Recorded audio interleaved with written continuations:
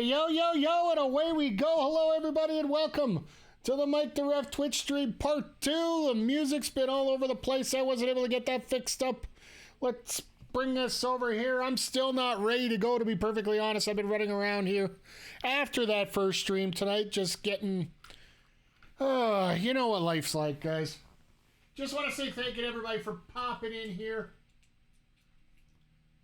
Managed to wolf down some food. Now we're just getting ready for Dynamite tonight. It's been a hell of a day, and I love these kind of days. I love these days where we get to deal with crazy stuff like this. Like the Nintendo Direct was absolutely crazy. Dynamite's going to be nuts tonight because we got... Let's see here. Over my eyes here. According to their infographic, we got 2 title matches tonight, along with a eliminator and then a gauntlet. And JJ Wren's favorite wrestler, MJF, will be in action as well. Let's not forget that. But yeah, running down this card, we have got an excellent show for you tonight. It's been a little crazy here, like I said, the last couple days and whatnot, and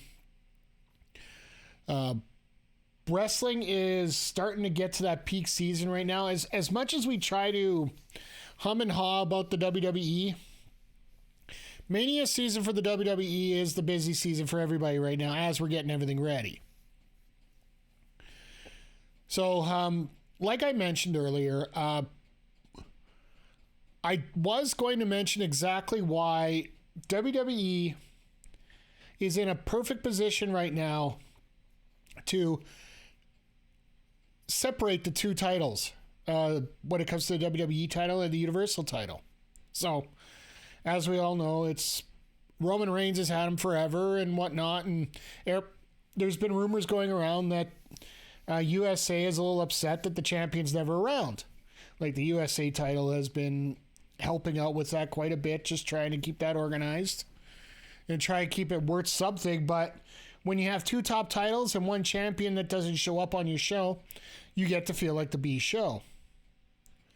So, as far as I'm concerned, right now they're in a perfect position to set up how to split those titles.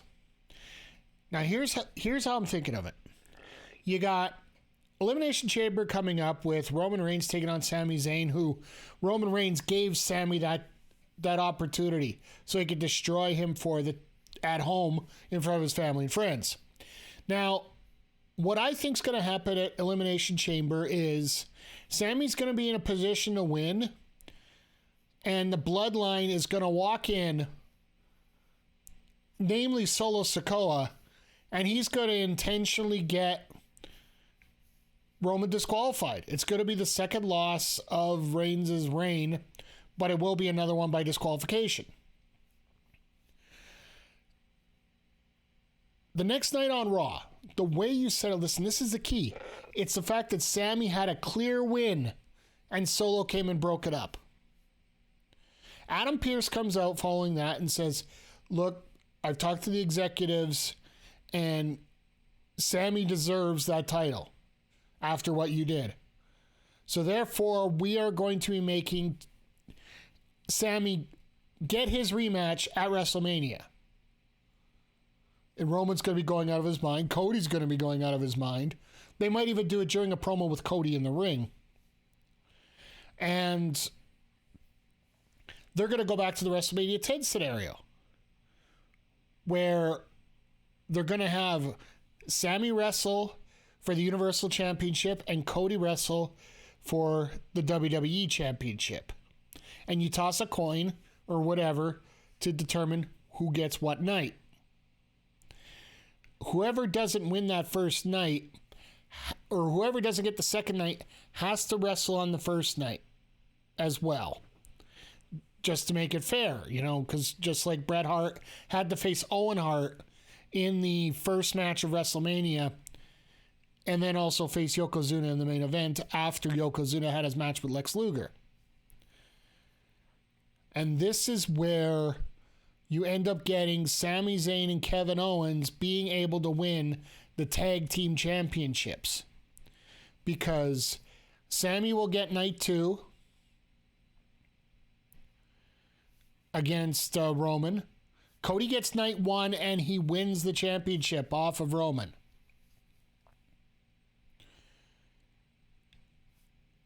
But to open the show, you have Sami Zayn and Kevin Owens taking on the Usos for the Tag Team Championships. Sami and Kevin get those titles. And then Sami can go on a rant saying, I'm going to take everything from you now because you took everything away from me in my hometown. He doesn't eventually win the championship against Reigns in the main event, but it's going to be a match where everybody wants that as a main event. And it's going to be a main event type match for Mania to close out the show. That's my feeling of what's going to happen here. Even if there's some shenanigans by The Rock or whatever you want to do to fix that up. Or it very well could be the point where Sami does beat Roman. And then you end WrestleMania both nights with the big giant slayer getting slayed because of the actions of the family or whatever you want to figure that out to be. You could have it so that Reigns loses both titles on both nights. And I don't think many people would complain. Sami would be that champion that everybody would love. He'd be the Daniel Bryan champion we could get for, 3, 4, 5 months maybe. Until Fox wants somebody else to have it. Very well could be a SummerSlam thing in Detroit. Could be any of those things. But there is a point here where, suffice it to say, we could have a way to break up these two championships, and it's a very, very big possibility in my opinion. Because I don't see them really wanting to give Sami a loss in his hometown. Not under the Triple H regime. Under Vince, this is a foregone conclusion. But at the same time, under the Triple H regime, I think it's going to be thought out a little bit more smartly here. You're going to get that reunion with Owens. This stuff writes itself. And frankly, if they don't go by this will be the trigger for me to do a monthly series on the YouTube channel of how I would book.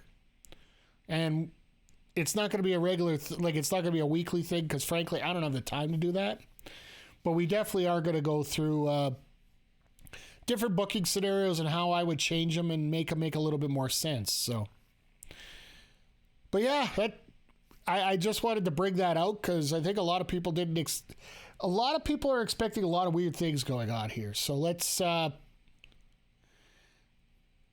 just hope that the next few months for WWE carries through, and the next couple months for AEW carry through. Because I don't know, guys. You let me know here. AEW to me feels like it's finding a bit of a stride right now. It's actually running pretty smooth. I don't think we're having many hiccups going on. I don't think there's many disasters going on, and we've actually been able to get some solid work in for the last few weeks here.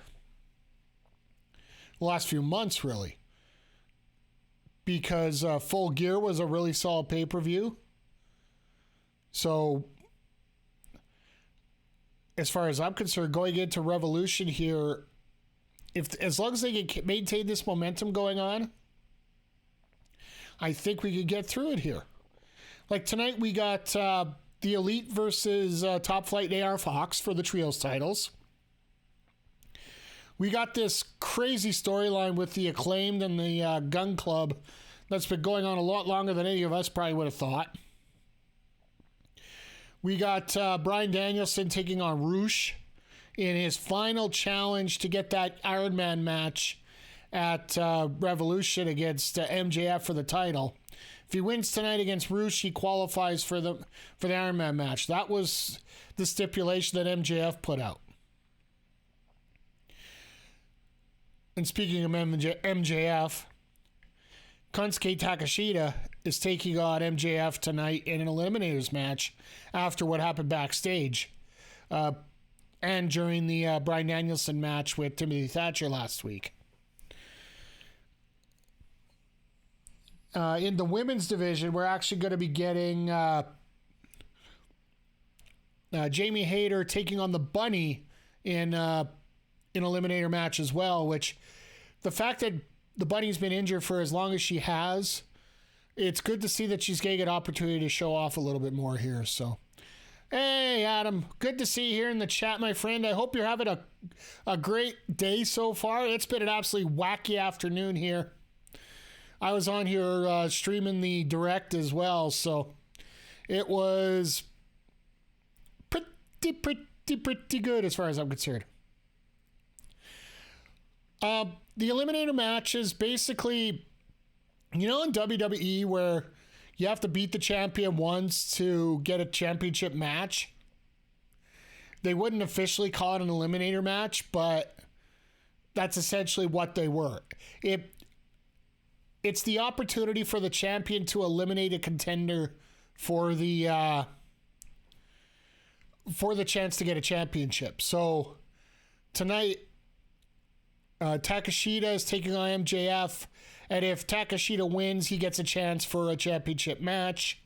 And same thing with the Bunny taking on Jamie Hayter as well. So we're getting 2 of those tonight. And I hope you guys got a chance before Twitter blew up. Direct was awesome. Yeah, that last half of it. Like the first half, we were having a little bit of chatting here, and if you're a JRPG fan or a Splatoon fan or even a Pikmin fan, we had Frosty Feet was actually a pretty good Pikmin guy, so he really enjoyed seeing that. So, yeah, if there was a little bit of something for everybody, but definitely the GB and the GBA is going to be saying I'm going to be attacking quite a bit here. But getting back to wrestling here, this is probably the funniest thing I've seen on Twitter all day besides Twitter down, which is a whole different ball of wax here. If you get a chance to go check up Daniel Garcia's Twitter account, I believe the exact words he used were, the JAS is going to rail on Ricky Starks tonight. Yeah, you heard me. I don't know what other way to put it. Let's see if I can pull it up directly right now, because we're a couple minutes away. Daniel Garcia.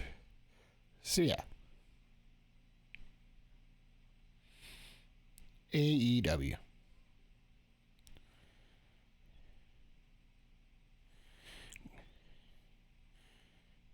JAS train running on Ricky Starks in this gauntlet tonight on the cable TV. He earns an honorary rim shot on that one. Seriously. It is a gauntlet match. Just let me know when the top trios match. Well, you'll know when every match is on. I would assume that the trios match is going to open up the show, because then they'll have the tag team match as the main event here, because I got a feeling we're going to have a bit of a swerve here. So, hey, Zodiac, hey, Jaeger, good to see you both here tonight. Pay-per-view quality show on paper tonight. That's what I was saying as we were opening up the conversation here tonight. AEW is having this ability right now to have every show not horrible. Like, it's either good or great. And that's where they need to go right now until they get to Revolution here, is just keep the quality that they've been going at right now and then just pop it up just a little bit more. Because I know they're not getting the numbers on Rampage that they should, and I'll guarantee you a lot of it is because us Canadians, we have to search to get on it. In America, they have it directly on their TVs. We actually have to go to our online service to check it out. So don't even use Canada for any examples here. But overall, like, they haven't had much in a bad turn of anything right now. So I just hope that they can keep the momentum going here. All right, we're just getting started right now. Like I said, I personally predict that the trios match is going to go first. Just because, to me, that would make the most sense.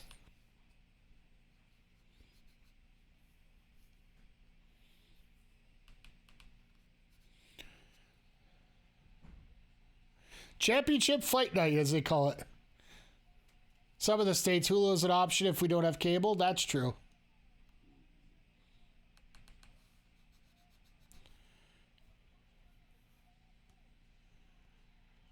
Oh, Jesus, we're not even fooling around here, folks. JJ's favorite wrestler's coming out to open the show. I love it. And you know what I don't love?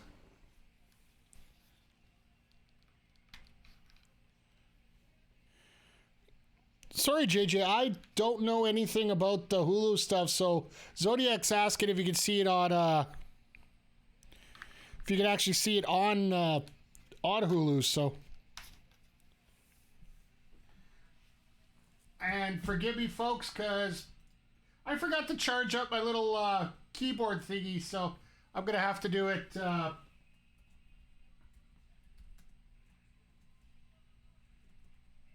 Do it sideways here.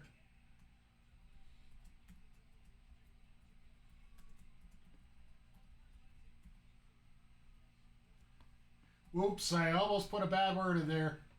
Let me throw 20 minutes on the clock. I like AEW, but I think part of the reason they aren't growing is they just don't have that mainstream star yet. Neither does WWE, but they're established. Yeah. And I will completely agree with you here. There's just... Takeshita. One of these days I'm going to say it properly the first time. But, the thing about AEW is they need a larger-than-life personality, and they're just not built on that. AEW is built on good, quality, solid wrestling, and basically that's just going to make you an elite indie in a way. Like, MJF has tried to be that top guy, and I don't think his personality is good enough to get him to that spot.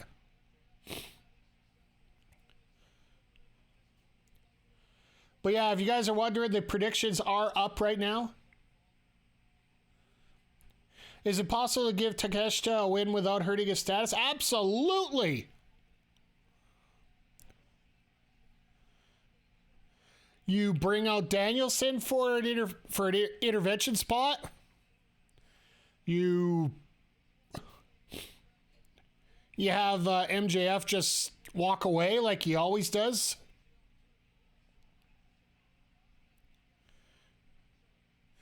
There's numerous ways that you can actually get. All right, so here's a question for you, chat. What do I do in terms of ride protection? Because we got members in the chat who have mentioned that if either person wins, they riot. Whether that be MJF, whether that be Takeshita. Think MJF could be huge in WWE? I think so in a way.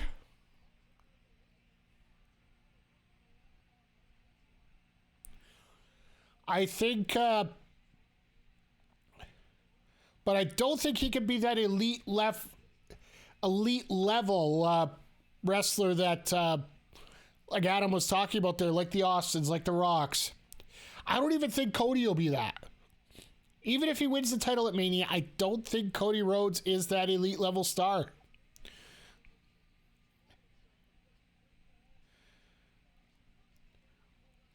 And unfortunately, I think most of North America has been trained that the top stars have to be the bigger, bulky, over-the-top muscled. Like, even if you look throughout the...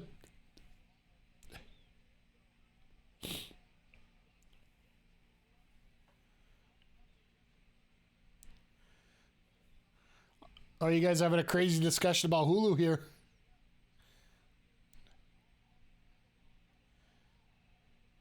Why is MJF doing a page turner?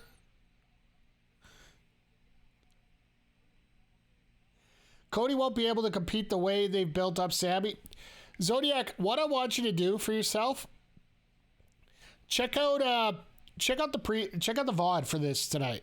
I actually went through how they can split up the two main titles in WWE coming up now and how it's set up perfectly and how Sammy's going to end up being the main event on Sunday. I still think it's going to happen. So do yourself a favor, check out the VOD. I am going to try and put it up into a smaller video, like a short later, but I am going to actually have to cut that up and work on it a little better.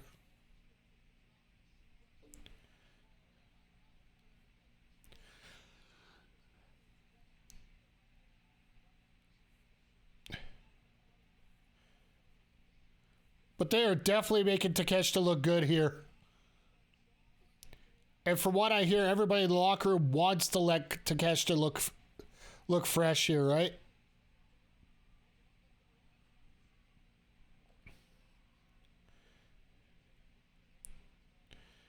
Whoa! That was nice.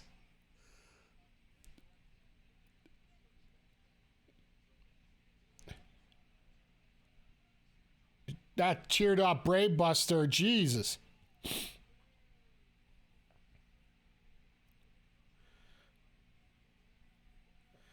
I can say one thing. They are not fooling around in this match. Like, I thought that MJF might, have a statement to make, sort of like what you guys were asking. Is it legit that they could give Takeshita the win? They could. Oh, MJF, what did you do, man? With all due respect, I don't know whether it's crappy camera work or just him coming up too early, but you can see MJF just lead his body in for the catch on that dive.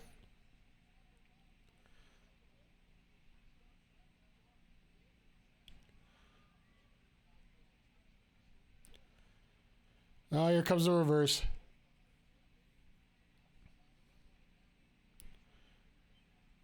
Oh, nice reversal for the arm bar.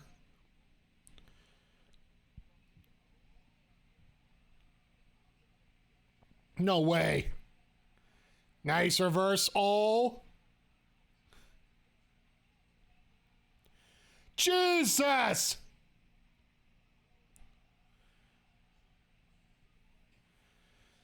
Jesus.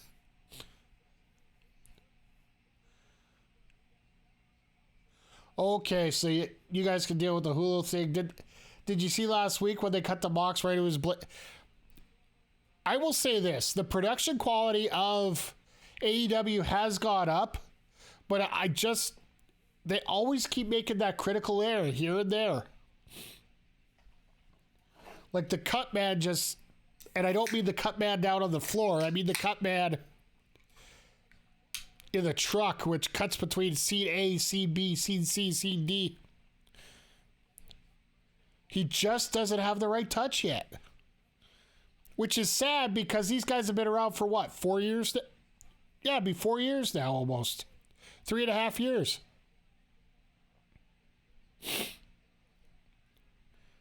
And now Takeshita landed on his arm coming down. So this is now where they... That sounds like buttons on a Nintendo controller. Well, it's just as sweet. It's just a can of Coke. So.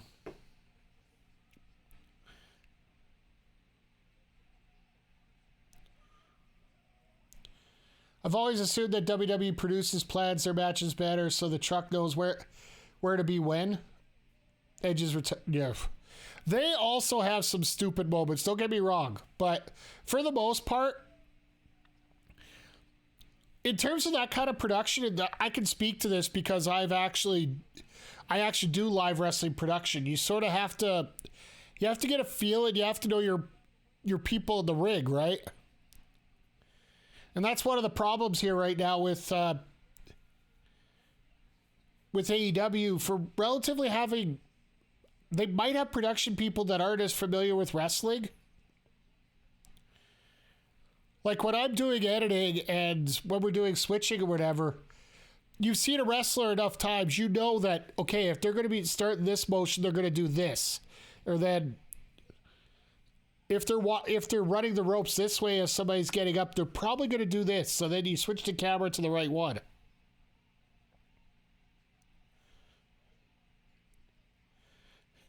Takeshita's had a counter for everything MJF's had. Jesus! Adam, your boy's dying here, quick! With WWE, quite often they do have their bullet points that are set up during the match if there's something specific that they want done. But for a lot of the wrestlers, they literally call it in the ring.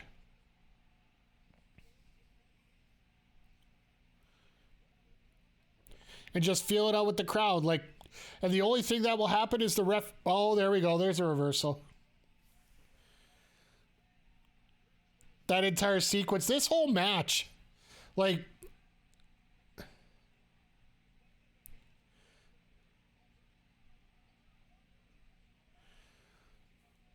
they are really giving Takeshita a lot more than anybody really would thought they would have done, right? Jesus! Folks, I would suggest if you want to get out of the betting of this match, you better do it soon, because it might not last the full 20 minutes that they usually go off the start.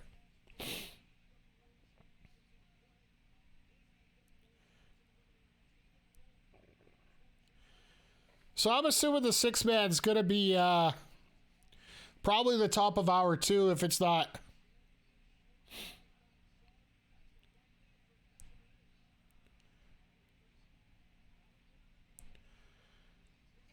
All right, this is where everything gets screwed up.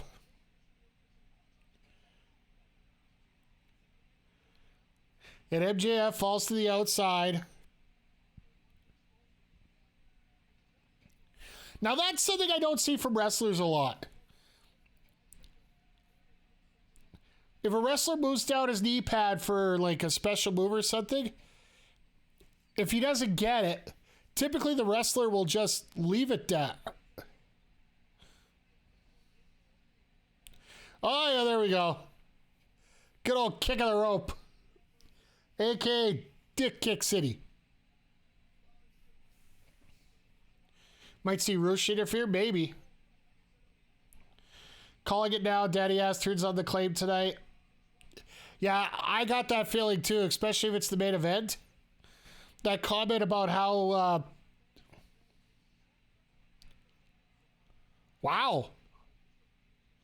The typical MJF offense, nobody's getting it tonight.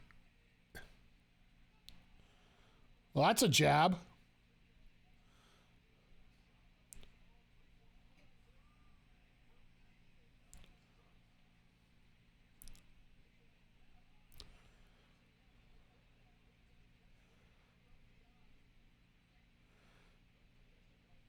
Both guys miss it. Oh, here we go. Powerbomb on knee. But yeah, after the Ass Boys made that claim of, Daddy, you never did anything for us, I think he's going to make up for it tonight.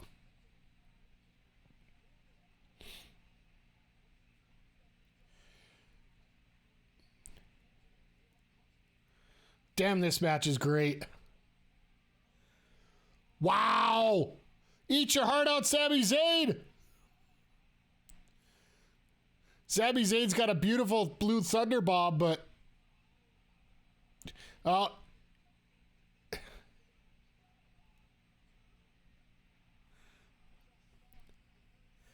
You could see MJF roll himself right to the rope just to be smart that way. The least amount of energy he has to... Oh, get the fuck... MJF's calling a spot and then turned the camera right to his face. Jeez. Like we were saying, production sometimes just... It's got its hiccups.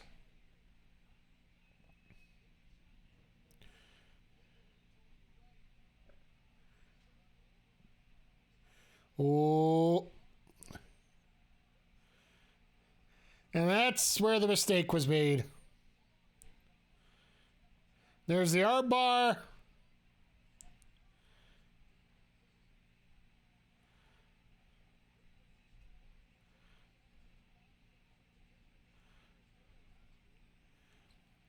Turning over the trying to get over the ropes. There's got to be something illegal coming up here. Either that or there's going to be a tap out.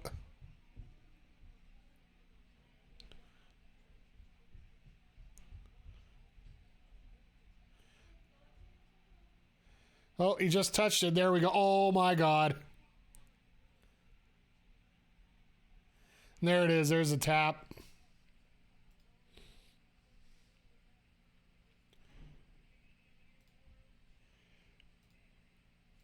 I'm assuming Adam's the one who threw the 20 points in, so congratulations. It'll tell me here in 1 sec. I'm just having a good guess here. But you gotta say, Takeshita was definitely given a lot of shine in this match. He was definitely worth the price of admission there. Long live the champ. I think he's going to be around for a while, but... Oh, here come the knocks.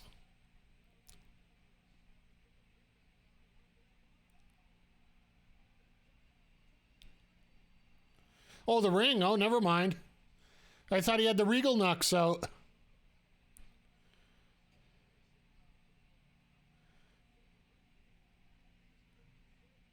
And you can tell MJF's having a hard time right now.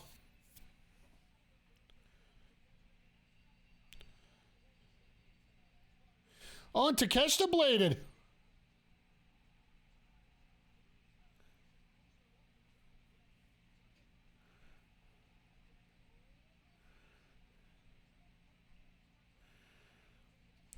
Oh, and there's the old retreat out the side door.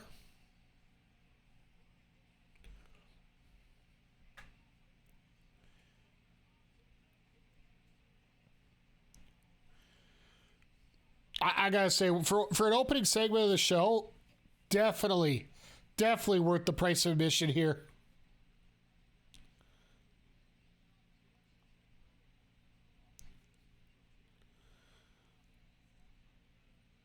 But that definitely was a real poor blade job, yeah. Yeah, Jaeger, I get it.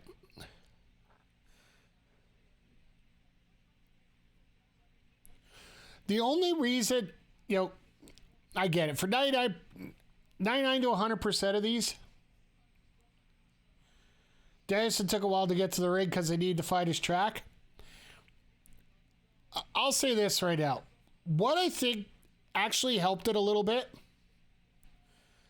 is they've gone back and they've actually showed Gorilla the way it should be.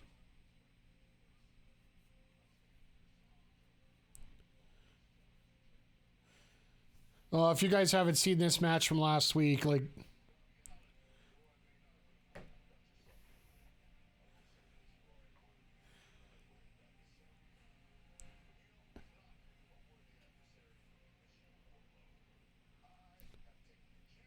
but same as a security guard yelling who's there while they come around the corner. Yeah, I'll give you that. No, they have shown the production desk right behind the curtain. Like where Tony Khan sits and Gorilla there, there's a table set up and all that. So it actually sort of makes sense that if he's going by, everybody knows that Khan and them are back there. And Danielson is working tonight, so the music is already there. Yes, I'm making a ton of excuses. It is sort of garbage. We're getting... folks, we're getting the women's match at 6:20 tonight.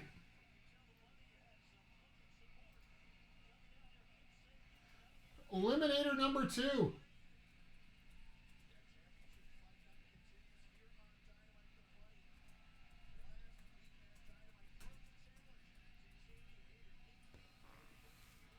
Somebody let Shout a Cloud know that this is going on right now, because, Jamie Hayter's about to make her way down to the ring.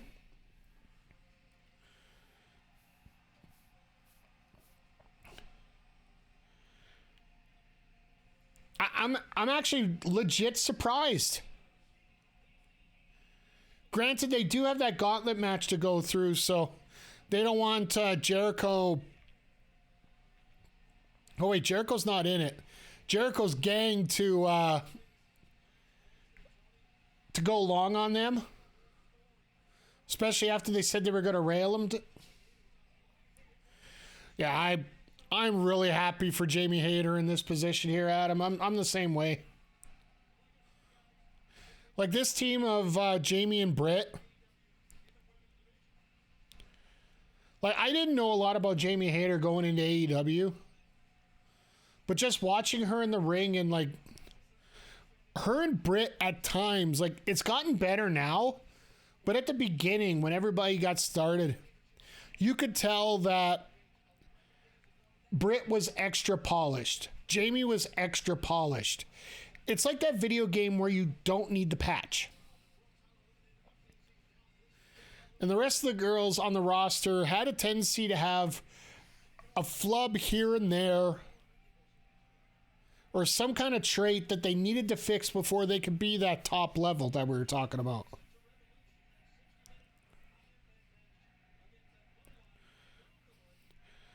So, 2 months ago, this would have been a heel-heel match.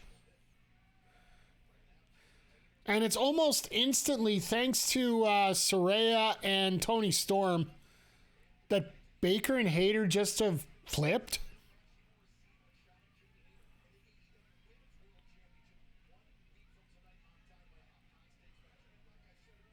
Oh, so they just outright say if she wins, she gets the title shot next week.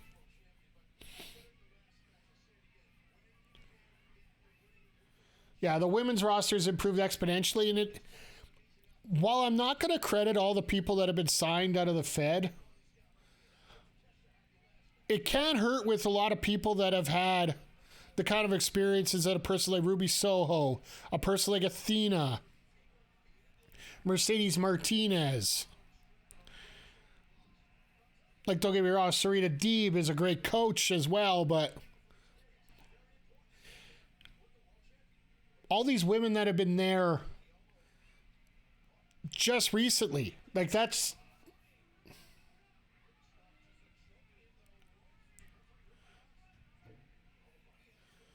I've always scared to have women do the tarantula spot there.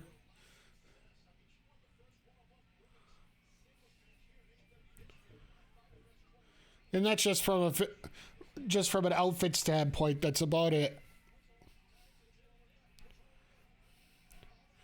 But now you look at the homegrown talent, like you look at Jade, you look at, you can essentially call Jamie Hayter a homegrown talent because she hasn't been really on TV outside of it. Same Britt to that point.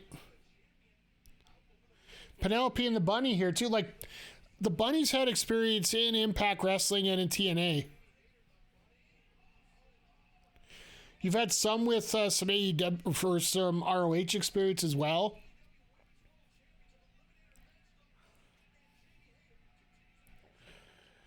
But this match here, as you're watching it,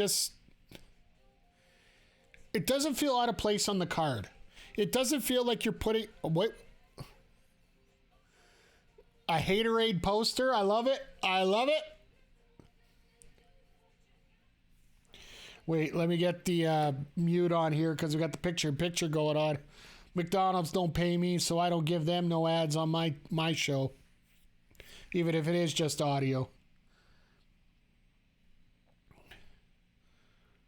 But that's the biggest thing I've noticed, like in the last, I'd say about 6-7 months, is that the women's match on the card doesn't feel like it needs to be it's not like a requirement. As much as Tony Khan treats it like it doesn't feel like it.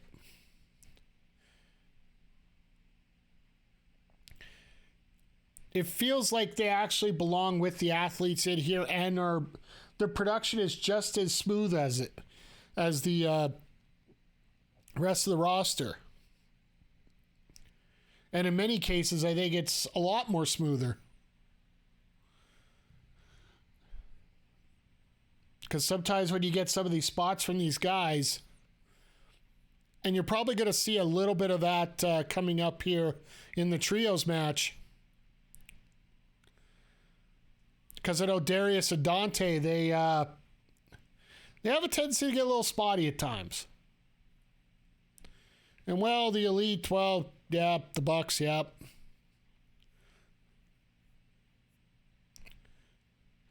I'll be honest, the Bucks have grown on me a fair bit here.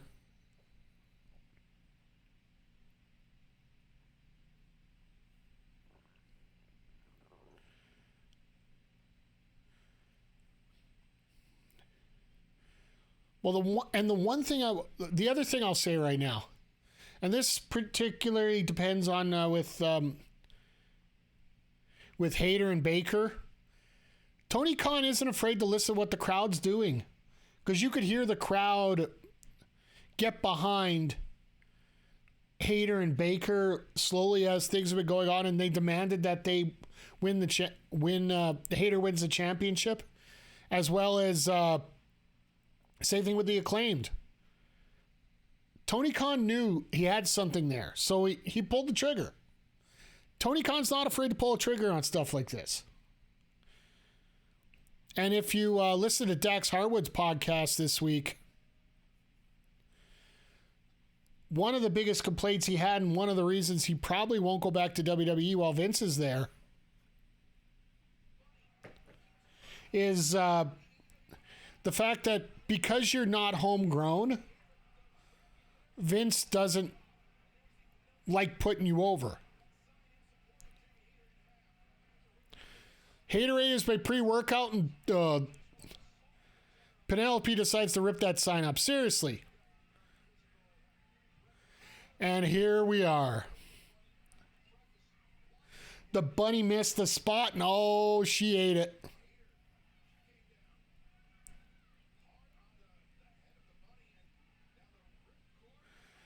And folks, that's how you call it audible. I will tell you this right now.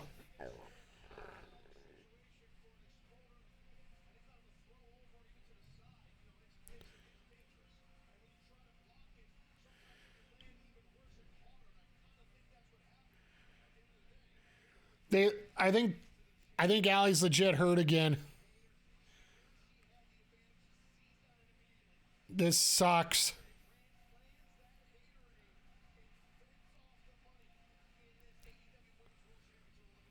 You notice the camera's not going to Allie whatsoever right now, or Bunny, sorry. And she's out of the ring. They're dealing with her on the floor right now.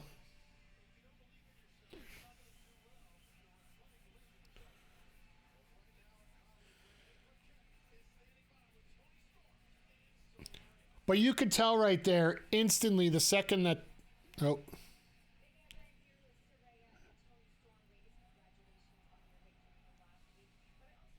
No replays either, exactly.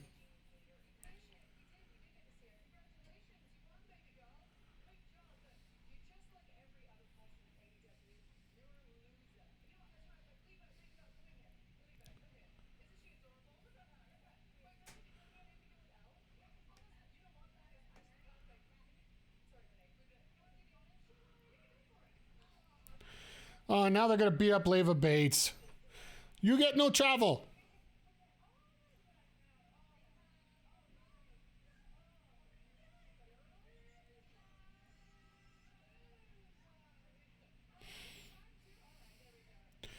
Oh, man.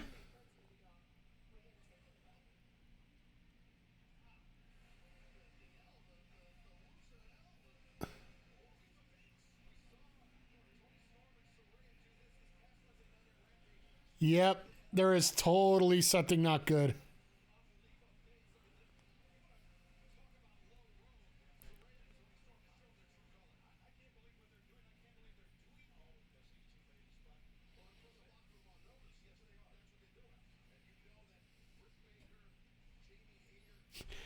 These guys are trying to talk their way through this all right now.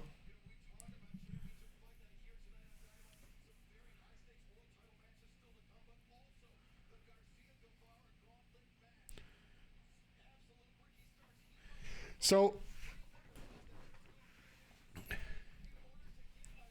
what are they cleaning up in the ring now?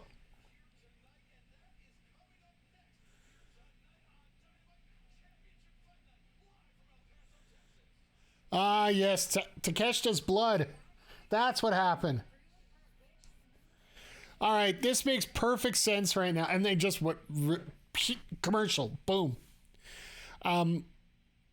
Let me theorize here. Let me just quickly theorize. Takeshita had a ton of blood on his blade job, right? You could see it in the ring after his match.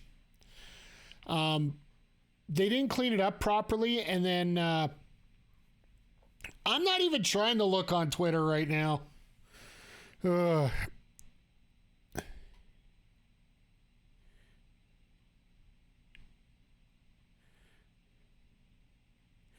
Just looking quickly here.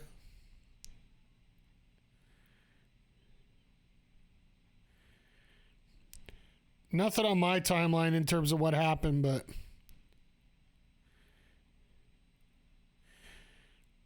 it's probably not going to come down for a fair bit here, but come on. Nope, nothing. Twitter's turning into a dumpster fire today, so maybe the best thing to do is just stay away from it. No, what had happened, Adam, and I guess I'll explain to everybody right now. In the States, they actually opened up a new feature for Twitter. If you purchase the Twitter Blue, you get expanded tweets, like message kind of tweets. Like not 280 characters, more like a ton more. So if you pay for it, you get these longer ones. Well, once they released that, the whole app went to crap. So I don't know how much of everything's going to get through or not tonight.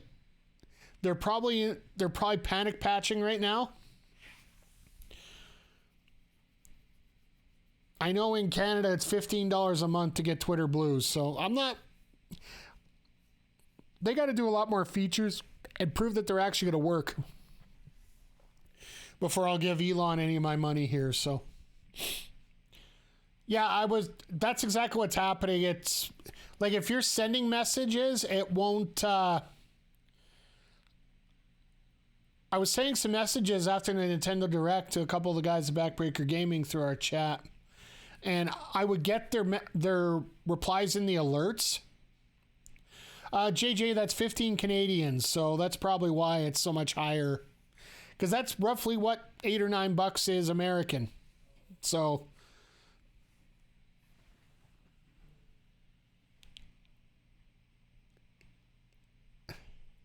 is it your Twitch or your Twitter, Zodiac? Before I hit accept on that, because it's. Your last comment, it is holding it out for review.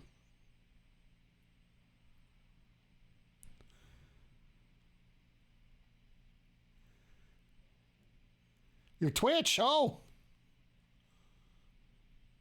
Okay, I don't know what's going on with that. I'll accept that. That's fine.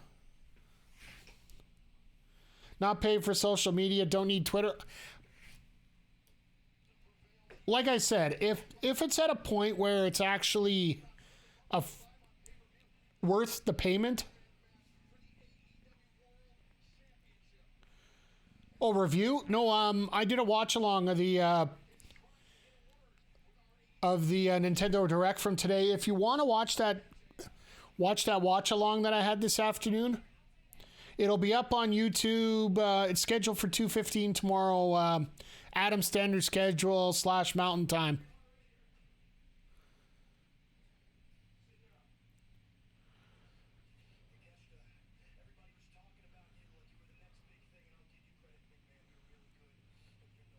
Oh, after the points payout, you have to restart the stream to clear it?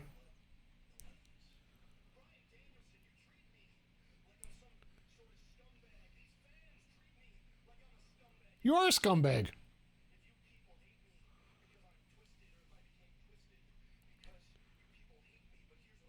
Play GBA on your Switch. I'll give you a point for that.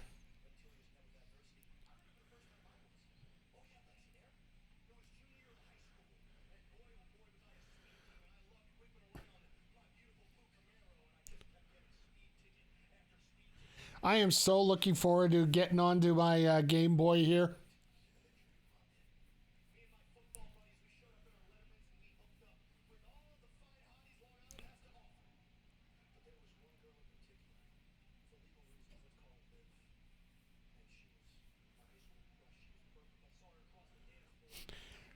Let's call her Liv, for example, just because she lives in New Jersey.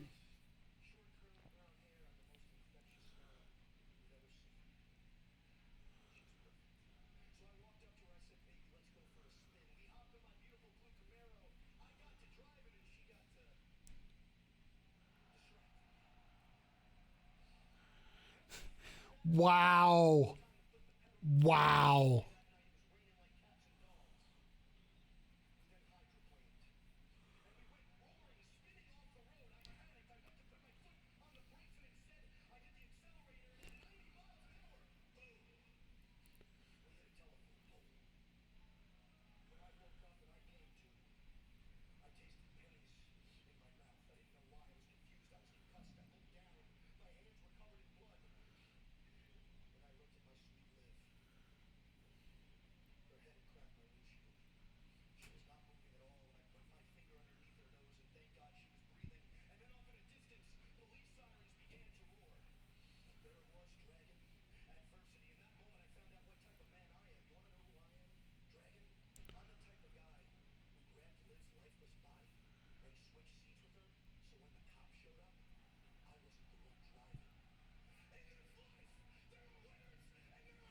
Wow.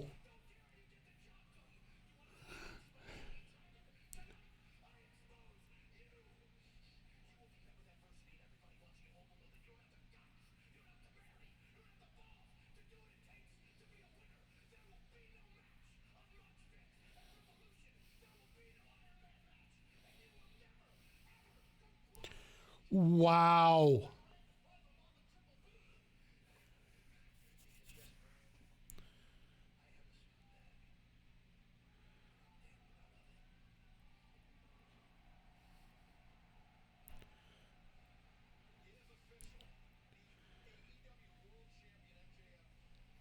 The only problem I have in many ways with. All right. I hope it's kayfabe. That's all I can say. With MJF, you're never really sure.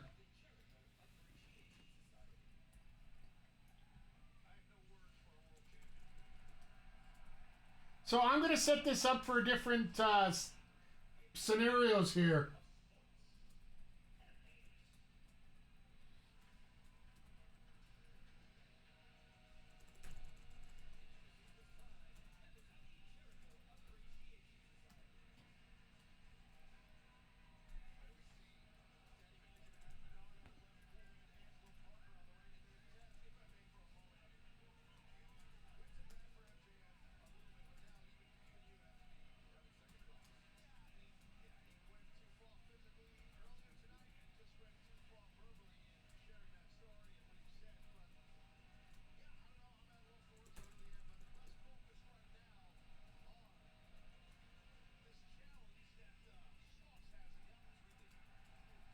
All right. So this is going to be a four-parter.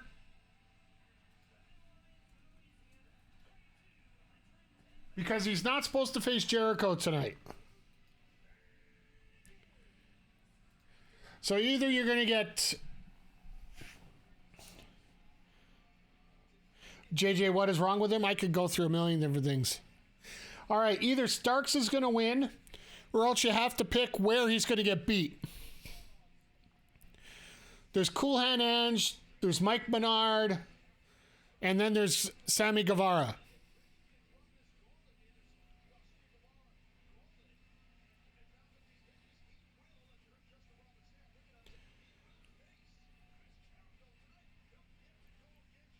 Oh. All right, I screwed that one up now that he just announced that. So if he manages to get to Jericho, you do win the pot with... You know what? I should just redo this one right now while we got a sec. Nobody had... Oh, somebody put it... Oh, never mind. Nobody put in points yet.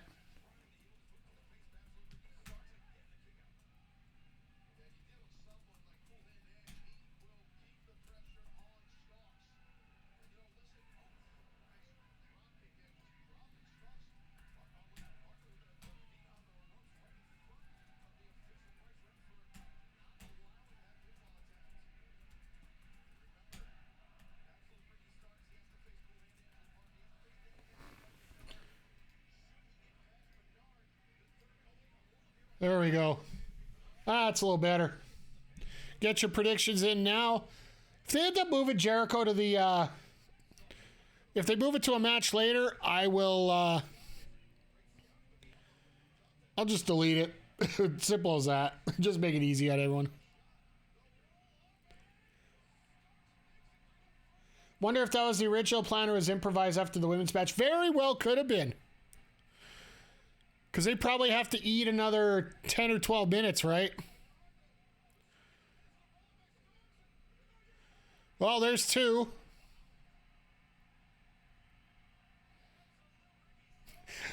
I love Remsburg. Just literally kicks at...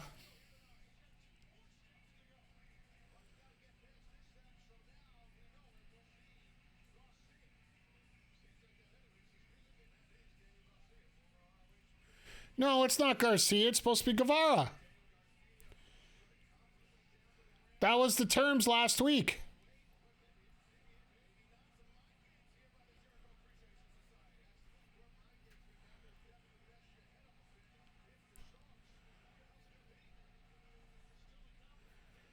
No, you did not beat...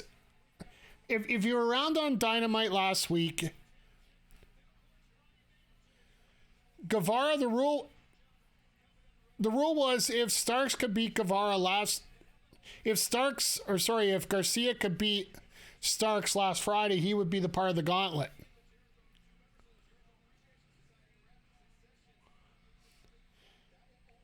You're probably going to get a good 15, 20 minutes. Like I said, top of the hour is probably what it's going to be. Maybe Eddie Kingston beat Sammy up before they went on air and he can't go tonight. That would be funny. Also, we are going to get Garcia.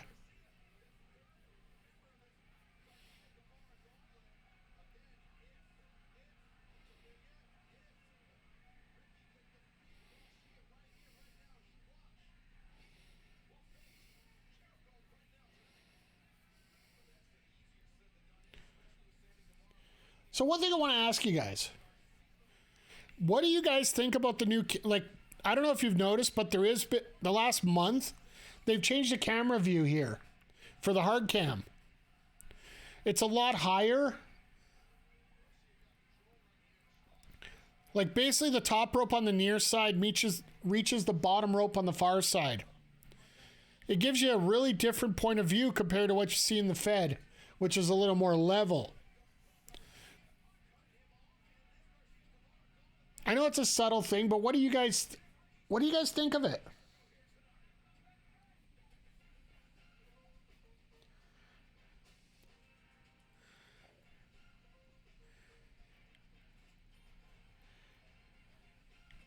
Oh, sorry. McDonald's getting free advertising on the show. We're not allowing that. Let's blow a whistle on that. But I will say I enjoy it for the fact that it is something different. It's something a little more fun to watch. When it comes to... by the way, Adam, I am completely super jelly of you right now, being on the GBA on the Switch. I'm going to check that out later. I really want to hear when they're finally going to get Fight Forever out. I like it. You don't get back annoying fans in the front rows on the camera side. That's the other thing I enjoy about it. I know that the crowd is a big deal at a wrestling show, but at the same time, it limits the number of signs, but it also limits the number of distractions. People trying to get themselves over from the top row, the bottom section. It just, yeah.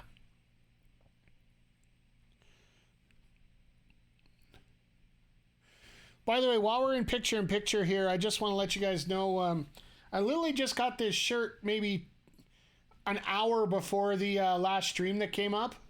The MTR Players shirt is available in the merch store.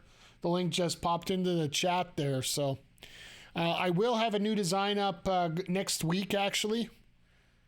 I hope to have it ready for you guys for next Wednesday. And then I hope to have it for the beginning of the MLB, the Show 23 season.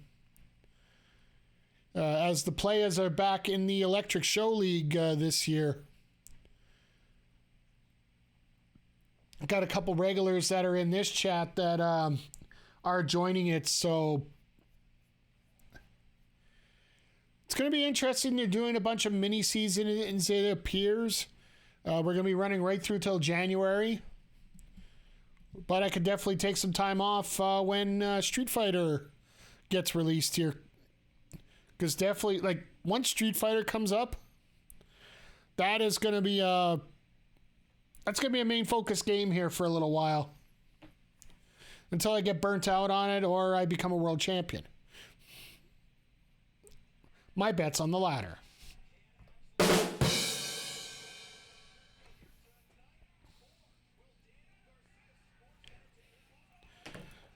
Not the best view unless you're a female.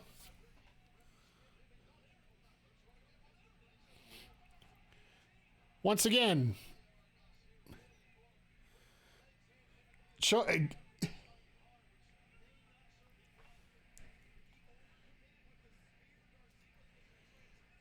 Jaeger, that is actually going to be that is MLB The Show 23.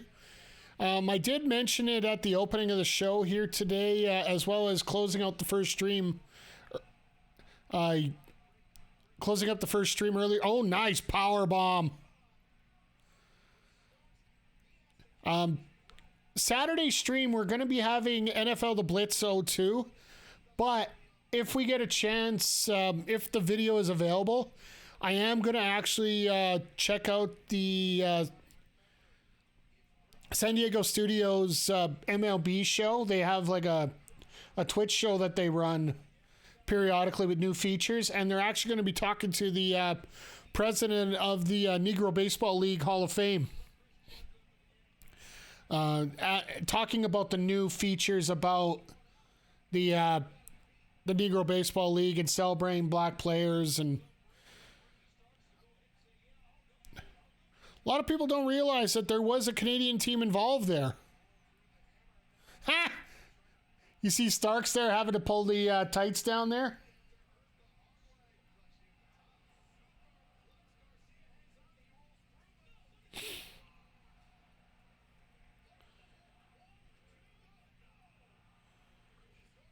Yeah, I want to shout out that they have the Negro Leagues in the show this year. I love sports history, and that's huge. Absolutely it is. Anytime they can celebrate ostracized people and players. Ha! Stark's underwear is broken.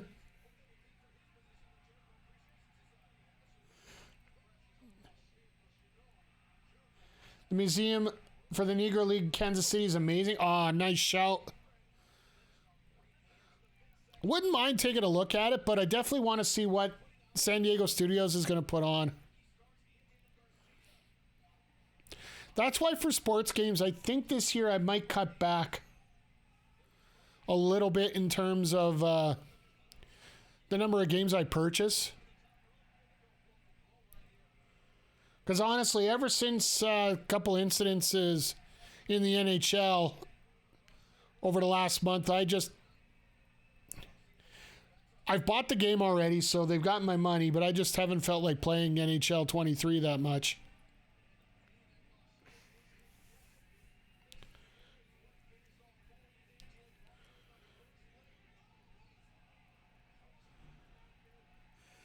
Jericho stole which mask did he steal?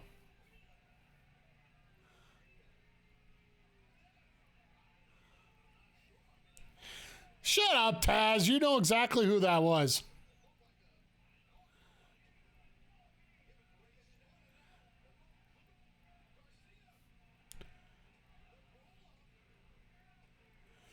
Oh my goodness.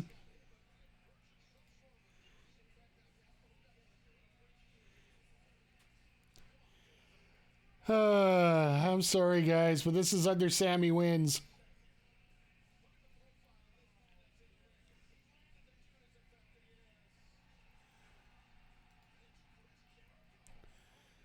They actually pop for that?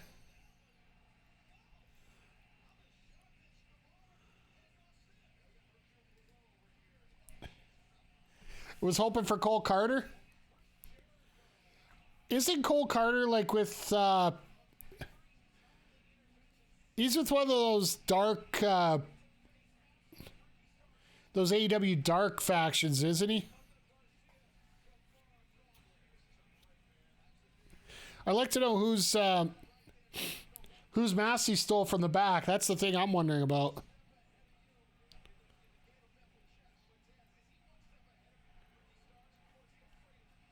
He's with the factory, okay. Or with Jarrett and Lethal as fake Sting or something somewhere.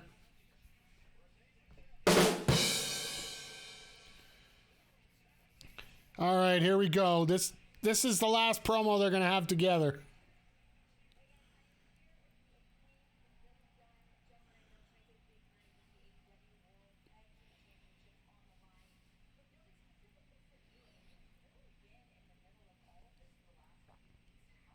Renee's going to turn on him.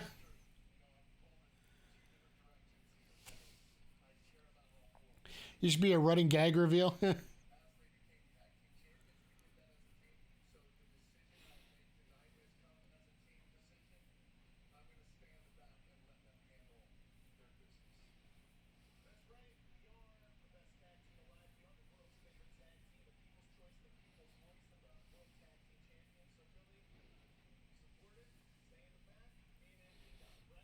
Think the Acclaim are more valuable chasing the titles and holding them anyway?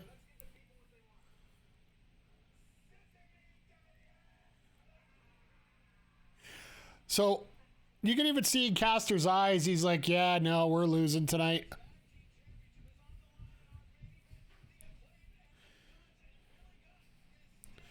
But I could honestly see this being the rematch coming up for Revolution, where Daddy Ass will be somewhere involved there.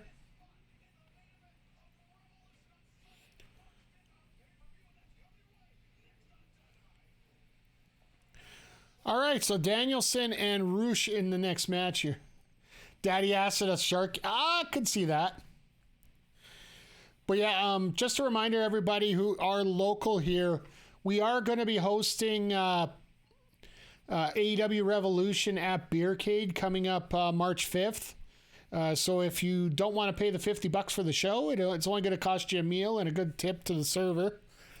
Stop by Beercade, 82nd Ave, 105 Street. We are going to be doing a preview show for AEW Revolution on here before the show. Probably do it online and then just have it released up before. But either way, make sure you're down there. Come say hi to us. I know some of the other Backbreaker Gaming members are going to be around, Backbreaker Media as well. It's always a fun time when we get down there for a pay-per-view. It's a great atmosphere, great service, and I can play Street Fighter 3 in between games, which is always, the ultimate. Sort of like when JJ sees a MJF match, I can just go run away and do something else. Daddy Ass in a shark cage. I would like to see him on a pole in a shark cage. And maybe lift that shark cage with a forklift just to get all three of them put together here.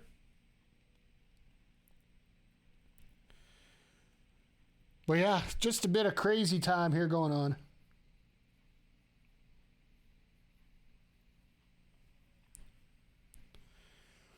But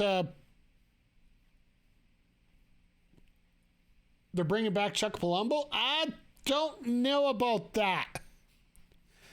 What is Chuck doing right now? I think he's actually doing... I think he legit just works on cars now. Because I do believe that's what he was doing before everything came up here. So, or before he got into wrestling, for that case. Billy Gunn on a pole. Yes. Oh, God. I will give you that. That's what a delayed joke is all about. And I've actually clipped that as a short.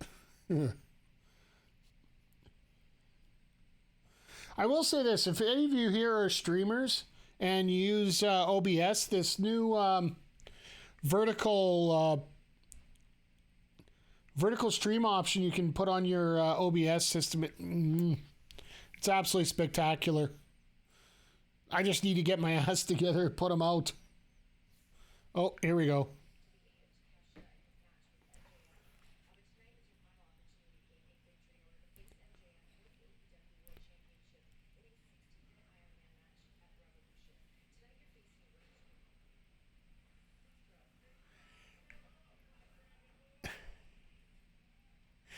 And MJF locks him in.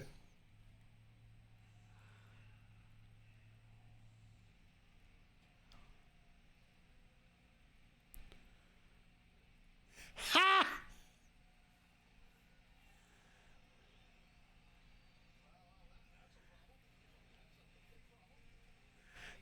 So they're going with that? They're going with the locked in the locker room deal?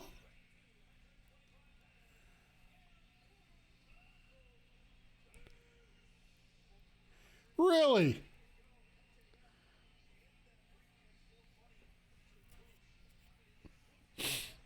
MJF is so smart. Yeah,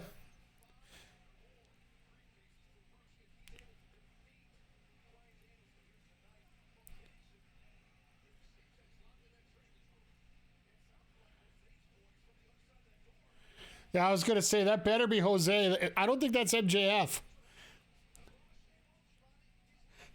I kind of hope Bryan Danielson comes out and it's just like there's a second door.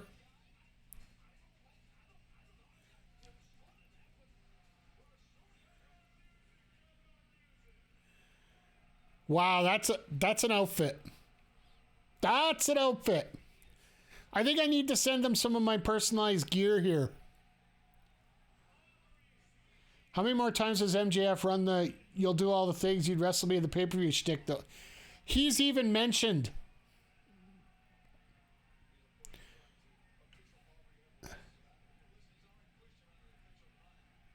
He's already mentioned that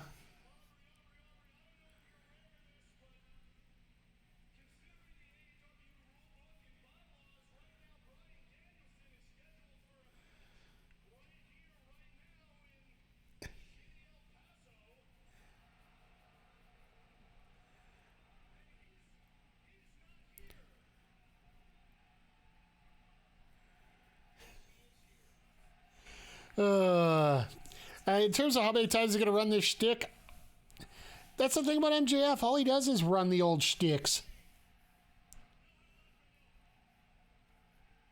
No habla español. Nice.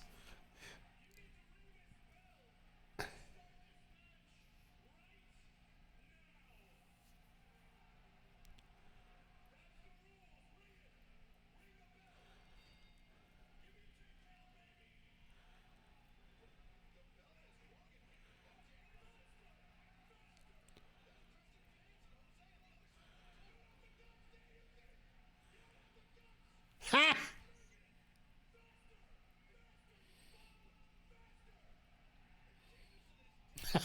I love how Aubrey's so deadpan right now.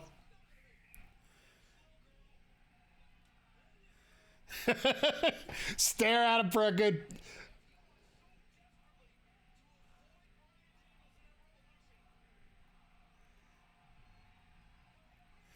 She didn't even get to 7.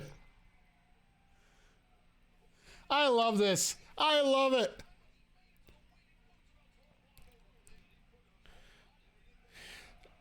See, and here's the thing. One thing that actually makes that work out even better is the fact that Aubrey has a character. When I know your referee shouldn't be the star of the show, but have a little personality. And the fact that Aubrey is known as that referee that will not take any crap from anyone.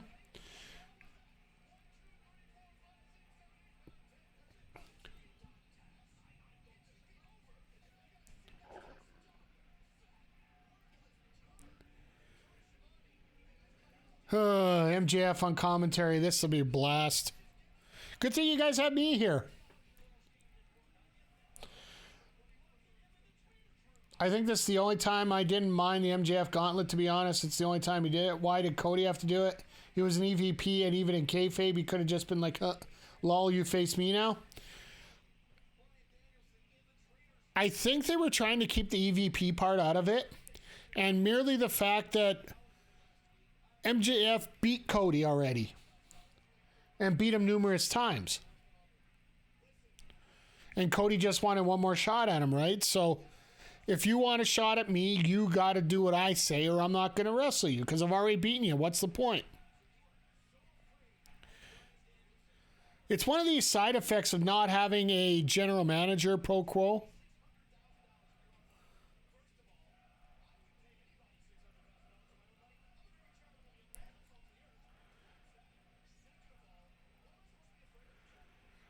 All right, here comes Concussion City.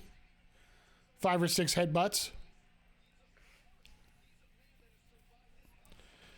Jesus! What have you missed, good sir? Well, let's see now. MJF beat Takeshita in a hell of a match. Like it seriously could have went either way. By the way, good to see you, Andre. Let me give you the credit once again from earlier this afternoon. But I'm better than you. And you know it. He did that in the first part of the stream, so.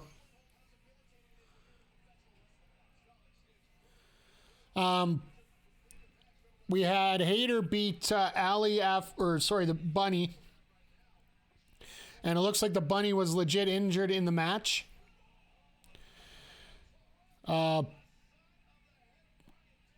Starks lost in the third segment of the Gauntlet match against Daniel Garcia after Jericho threw a Judas effect from the outside wearing a mask in the crowd. MJF threw out a dirty promo that Shadow to Cloud described in the chat. It was awkward. He actually said because he didn't want to get in trouble for driving, he... Ugh.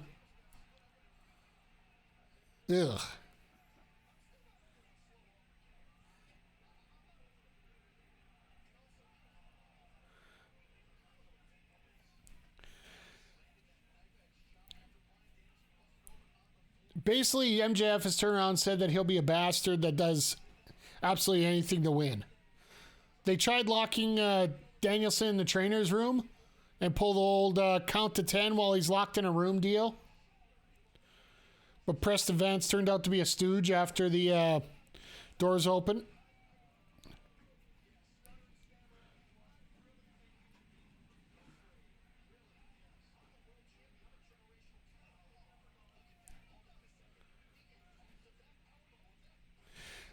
See, here's the thing. MJF calls himself a generational talent. My answer is, what generation is that? Is that the flaky millennial? I think that earns a rim shot for that.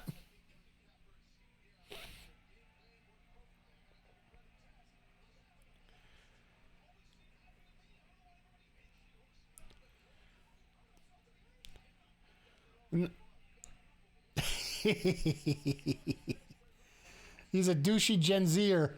All right. Adam versus Andre in the chat. Let's go.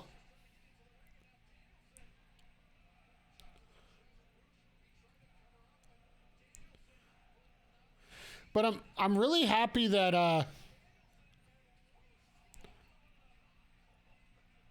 Jesus criminy. Let's see this at the Royal Rumble.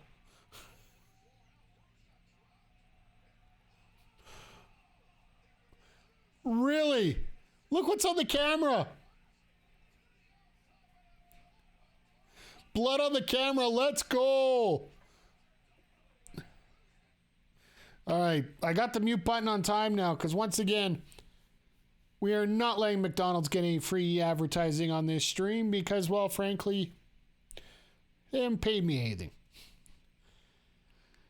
If one of you wants to debate me, you have to beat Cody Rhodes in a cage match and then take 10 lashes of the belt first.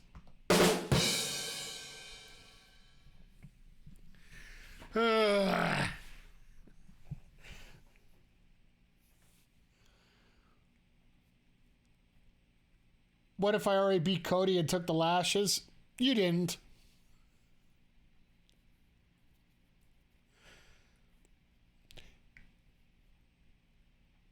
Am I allowed to channel TNA era Kurt Angle and use lots of perks? Give you a coin for that.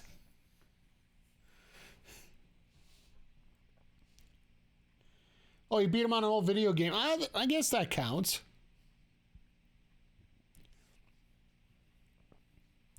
Oh, never mind. My bad. Sorry. I forgot. I don't make the rules on this, guys. Or else, you know, they'd be a lot different, but...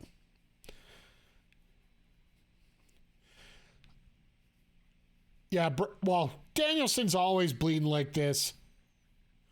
Every match that he's in. That's one of the things that he wanted to do more in WWE, but they absolutely refused to let him. And Tony Khan said he could, so him and Mox just bleed all the way here. Getting all my AEW info from us. Nice.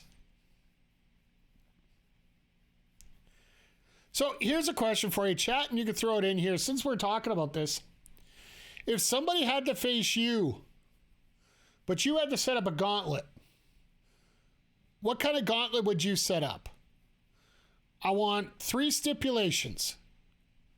I'll give you 3 stipulations, then if they can beat those 3 stipulations, they get to face you in a match. Rush hasn't gone choky with the cord spot yet either. I don't know how many times they're going to do that. You pick whoever you want, shout.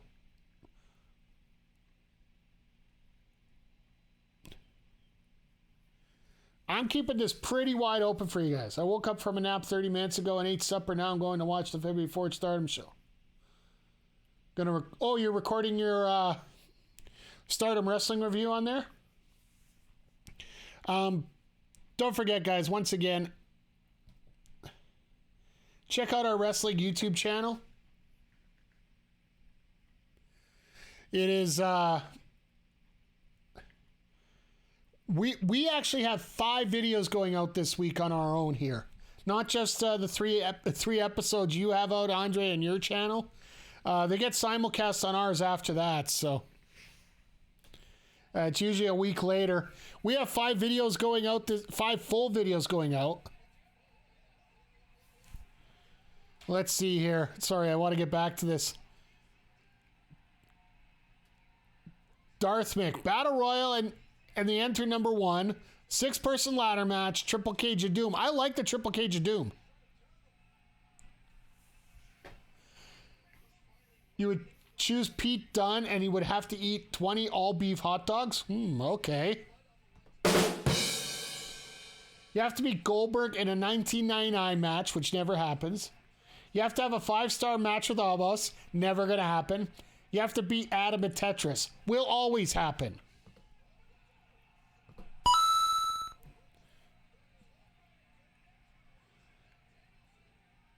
That add 2 other things a vegan wouldn't do.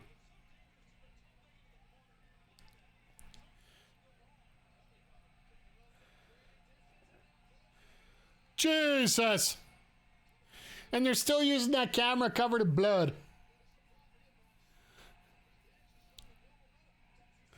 I really hope they find a way to clean that up after the match. Sort of like what they didn't do after the opening match here tonight, which probably caused the Bunny's injury.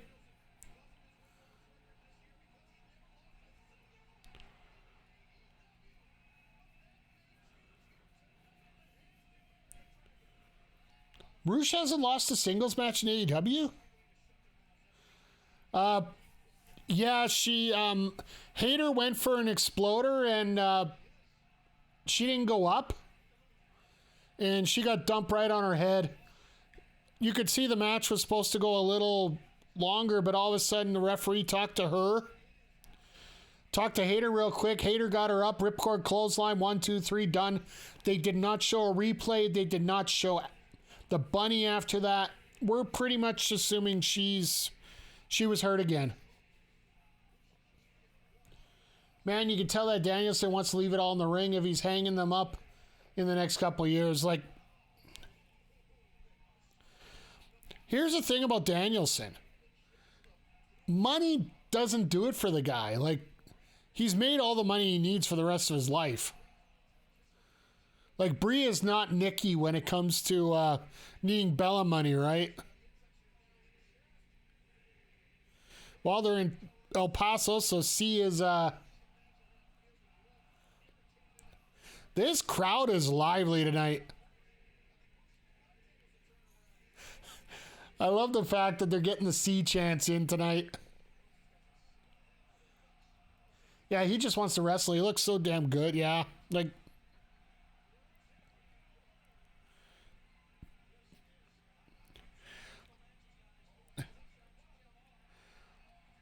All I can say is I really hope that WWE eventually finds the same insurance brokers that... Nice forearm. I hope they find the... Oh my God. I have not seen that in a long time. Straight jacket pile driver? I hope WWE finds the same insurance brokers that AEW uses for the wrestlers. Yager, hardcore match with Norman Smiley, Four Corners match against Yokozuna, beat Kenny Omega in a Japanese death match. Oh my God.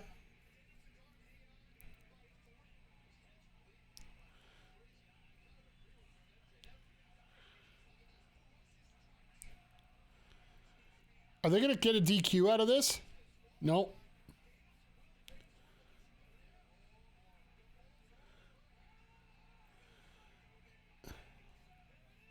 There's that knee. See.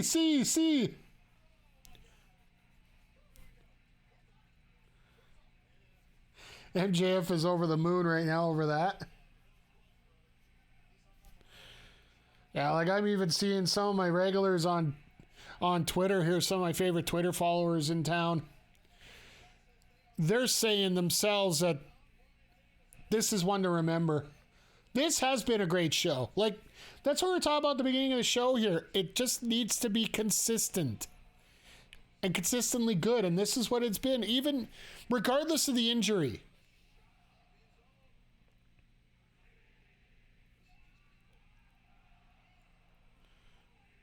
Because I know it sucks that we had an injury involved earlier, but they covered it up well.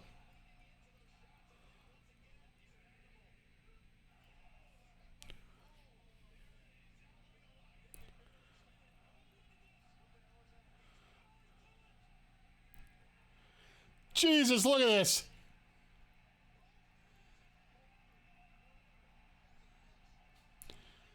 Watch Ospreay versus Taichi. Watch Taichi hit the triple crown bomb on Ospreay. Yeah.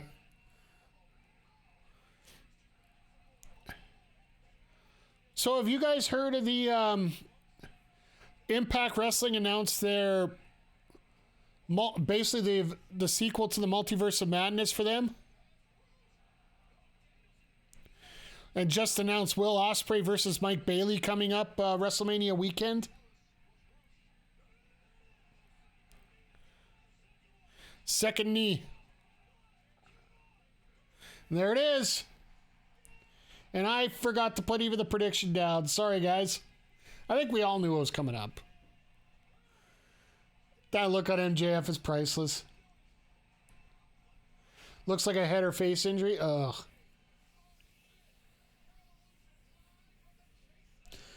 Ospreay versus Bailey. Andre has finished. Nice. They also announced Moose versus Jeff Cobb on that card as well.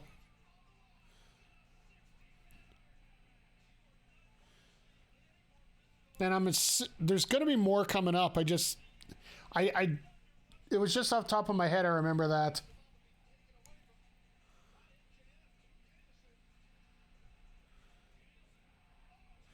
Oh, and there's the diamond ring.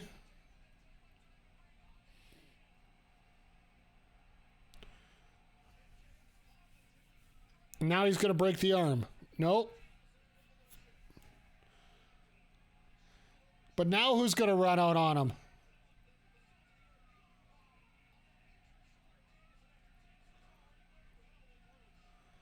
Danielson's already passed out. What are you going to do? Oh, never mind.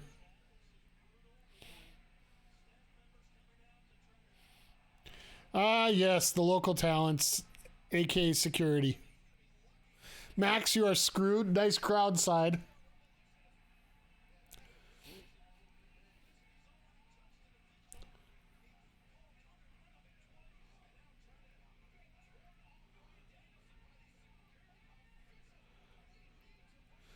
See, I would be pounding MJF's knee right now. That's what I'd be doing.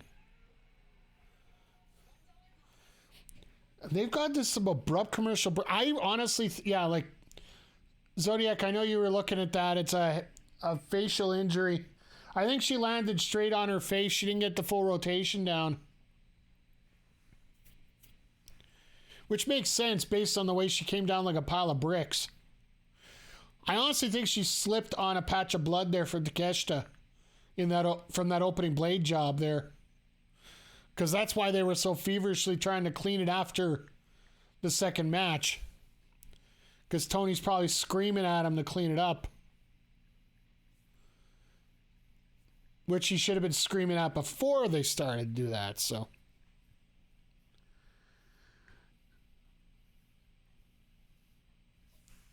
But yeah, right now all they got left is a tag title match. And I don't think they're going to go 40 minutes, so I think we might get a cannon fodder match coming in here. Unless you guys... Oh, there we go. Kushida and Alexander. That was the other one. Impact Wrestling always delivers such solid matches. And speaking of United, I'm sure they're going to get United Empire in for a match. Wouldn't surprise me if it was Empire versus the Machine Guns or something to that effect.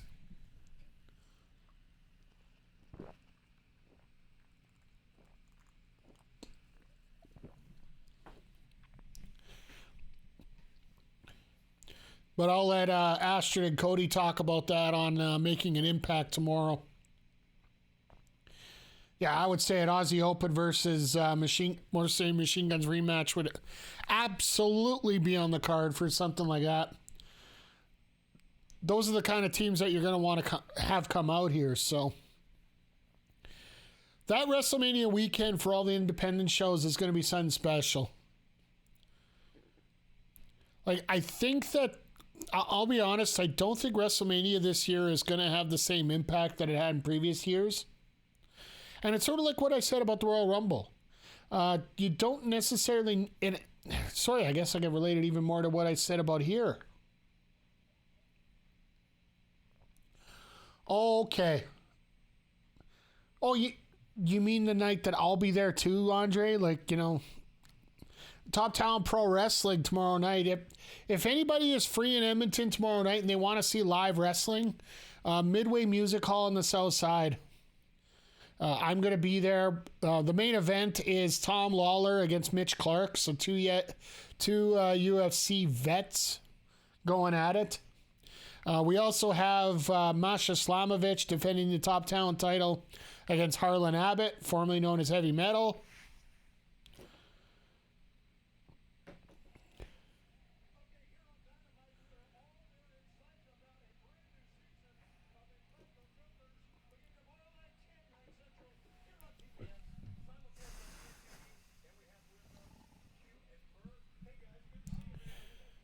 All right, good promotional spot here, right as we need a little break here.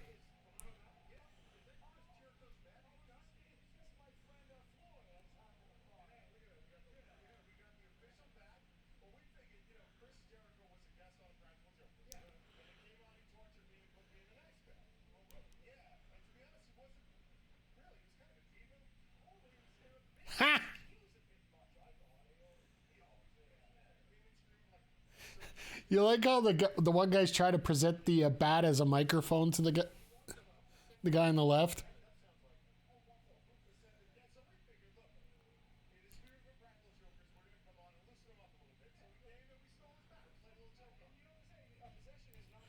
So am I getting Hogwarts Legacy when it comes out on Friday? I've never watched a Harry Potter movie, so that should sum that up for you.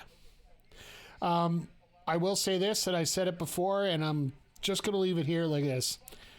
I don't care if you play the damn game or not. It's a game. You have it pre-ordered, Andre? Good. I've seen a lot of Twitch streams that I've seen a lot of mixed comments about it. Oh, JJ, I apologize. I totally whiffed on remembering this match. Oh, yeah. No,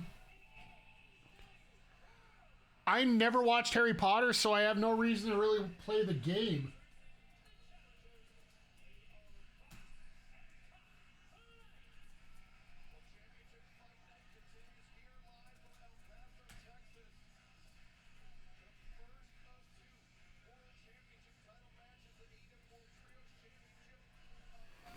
All right, let me throw this up here. You never know, there might be a change here. Pick it up used, no need to get day one. Yeah, like the only day one games that I'm planning on getting right away probably is going to be the Bayonetta prequel.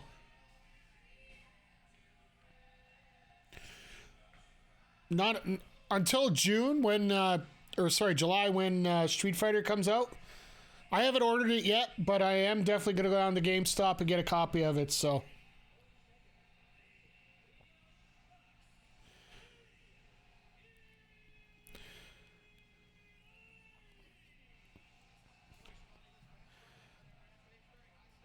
Who would have thought something like a song like Kansas would be a good entrance song? Yeah, I just don't want to play the game. Huge Harry Potter fan. Nice. Like right now, I'm playing Hi-Fi Rush. I'm playing, starting next week, we're going to get into Bayonetta 1. I don't think it's a good song to begin with. Yeah, for me, it doesn't get me fired up. I know the history, and they explained the history, and with the Bucks, you got to always watch Being the Elite to understand anything with them.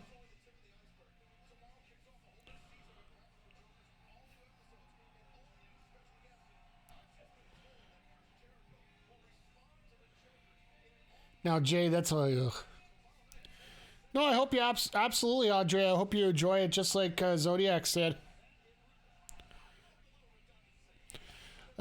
First round games, I'm looking at the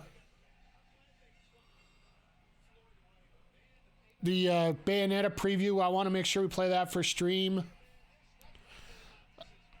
Street Fighter is going to be one that we're going to get day one. WWE, I'm not going to. I'll probably get it eventually. I want to see I want to hear how the GM mode runs. But then I might just buy it on sale when it comes out its first sale. AEW Fight Forever, just for the fact it's AEW producing a game, I will throw my money out ahead of time for them. Because I want to be one of the first to play it on stream.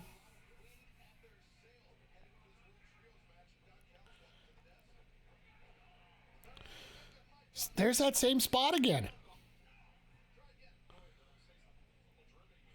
So what'd you miss about Pokemon today? Nothing. Literally nothing. There was not a single mention of the Pokies or the Mons.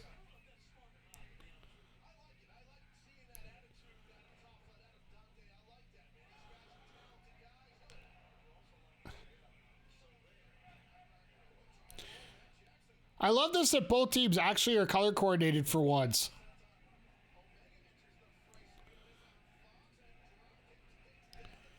I'd say the closest thing to a Pokemon you missed is an Animal Crossing ripoff called Fantasy Life. That's coming out, so.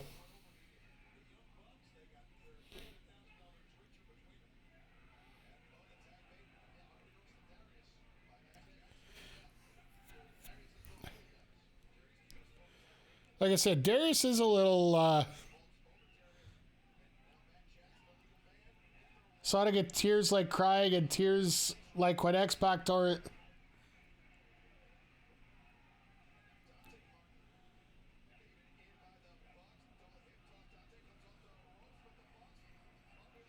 Boo. So it's not Sonic? No.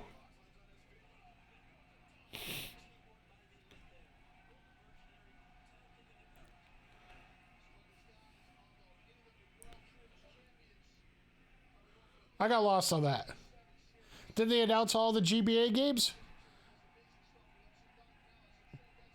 Oh, they said, oh, that's what you were saying. Tears.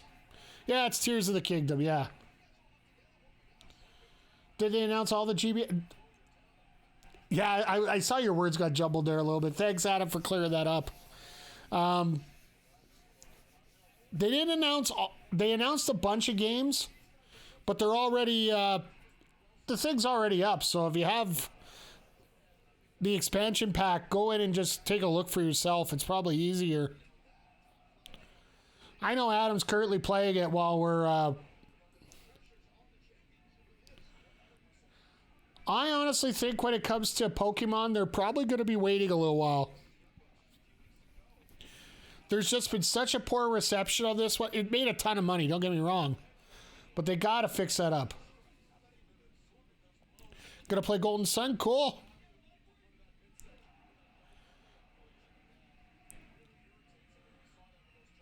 One thing I do know that we're going to be doing, and I hope it's going to be for the... Oh. Traditional backbreaker.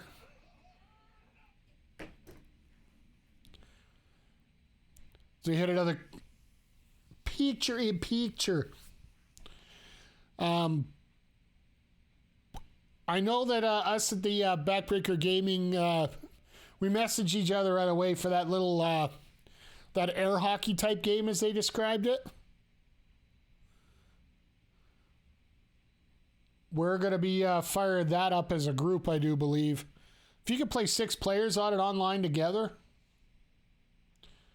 Scarlet Violet Racing did run into problem playing it.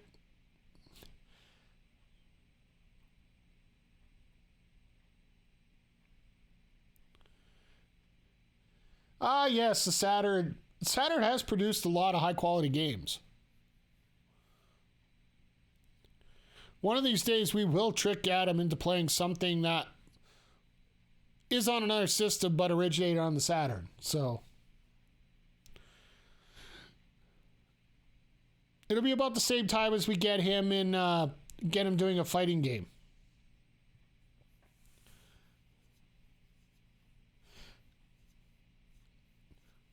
Holy Ark? Maybe.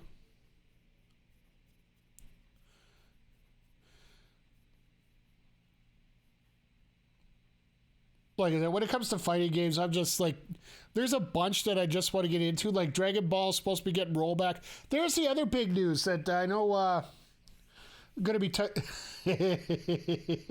Well, gives it... we're just needling you, and I know it's all good fun, sir. Holy Ark is damn near a Golden Sun prequel. Okay. You guys are talking a different language there when it comes to that. That kind of stuff. I skipped that era. That whole. I went from GameCube all the way up to like PS4 or Xbox 360. Sorry, is where I ended up. So I'm a little out of touch with some of that. So.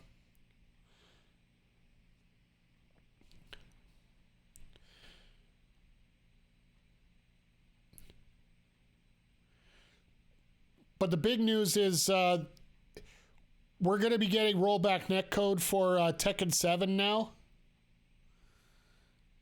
which for online play is absolutely critical at this point. And they're actually they actually came up with the company that's doing it. It's Akira, which is a very reputable Japanese company for retrofitting games with rollback netcode. And they're also going to be responsible for doing the rollback for Tekken 8, which probably isn't going to come out till 2024 now. The biggest news coming out of the Tekken World Championships is they've actually announced the Tekken World Tour for 2023 is going to be Tekken 7. Which if Tekken 8 was ready to go, it would already be announced as the World Tour game. Because quite often for those pro teams, they will get advanced copies of it. So that they... Jesus!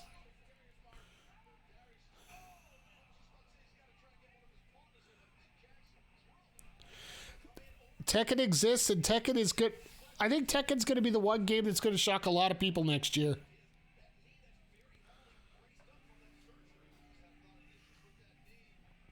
Yeah, Tekken 8's going to absolutely... With the new mechanic in there...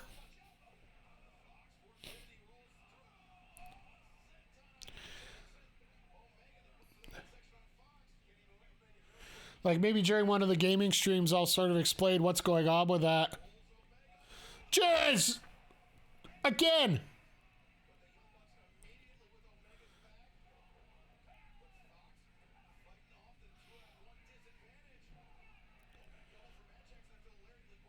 Like, is it just me, or is there always something in a Bucks match that just... Whether it's them or their opponents... AR Fox out of nowhere, everywhere, out of there, out of there, out of there, out of there, out of there, out of there. Jesus.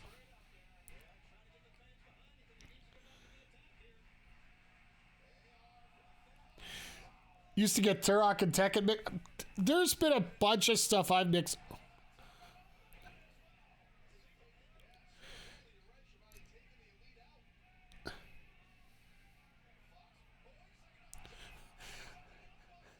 Jesus Christ, AR Fox is a one-man show here. I know a couple weeks ago I said that Fox shouldn't be with Top Flight just because of the kind of wrestler he was. I'll eat a ton of crow right now. Like, this is freaking amazing out here.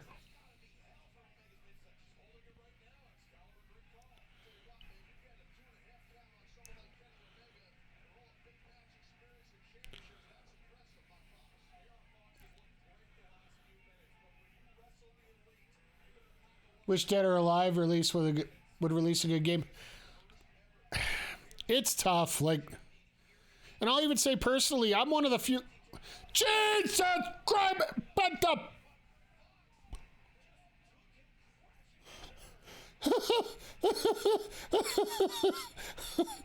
AR Fox, what the hell? God damn it! Let's just skip through the ropes and hit a Spanish fly just casually.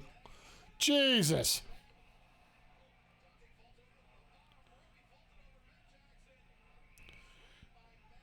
Like, I still want to get back and watch or play Dead or Alive 5.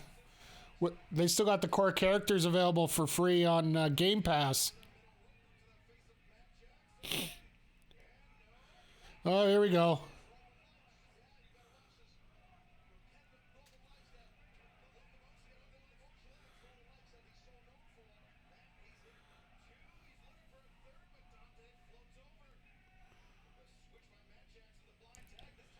Dante's a free. AR Fox is just as bad.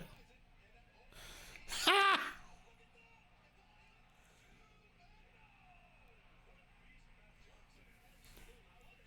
Extreme Beach Volleyballs when the franchise peaked. Yeah, I would say so in a way. But I'll say in the next 18 months, we're going to get 3 fighting games that are just going to absolutely blow the roof off of the industry. Like, I'll totally say this right now. We're going to get... Well, we got Street Fighter coming up in a couple months. Wow!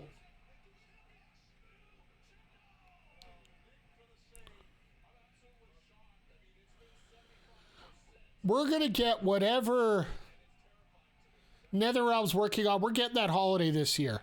I'm going to say that right now. These guys are just nuts.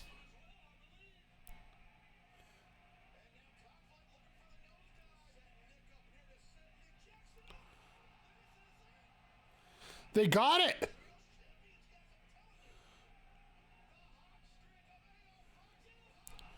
Are you kidding me? Omega tried to do the same. He kicked out anyway. I will say this. You can say whatever crap you want about the Bucks without Omega.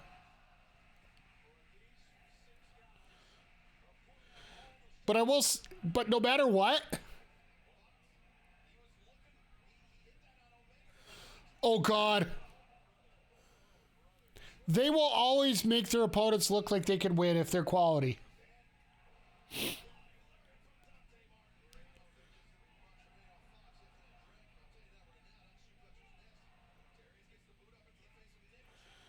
All right, this is a spot where everybody hits their moves. And I'm glad they're just going wide camera for most of it. Just standing sliced bread.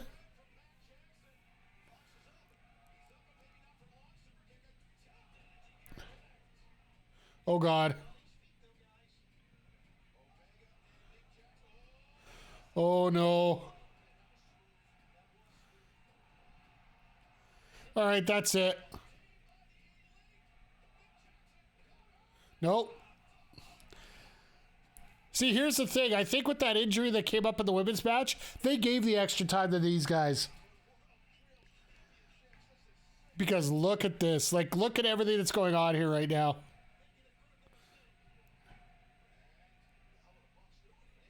Now, what the hell are the Bucks doing?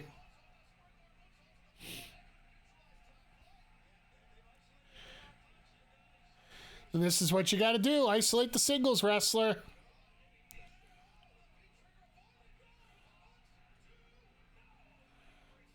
Wow. There's a V-trigger.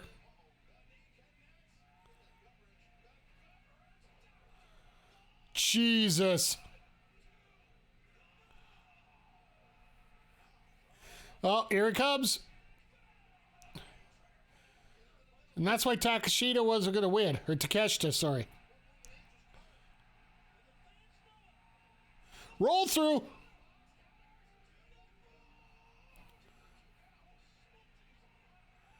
Really? Reversal, reversal. Roll up. Reversal, reversal. Wow. Jesus criminy, folks.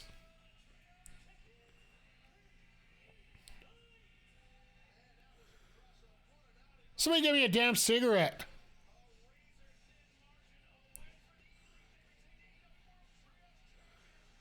You want to talk about a pay-per-view quality show tonight? We just saw that right there.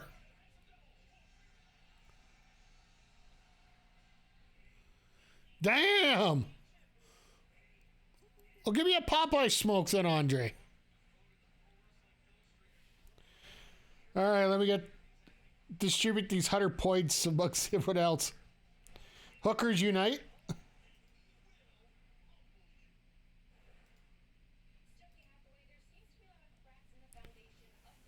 Ha!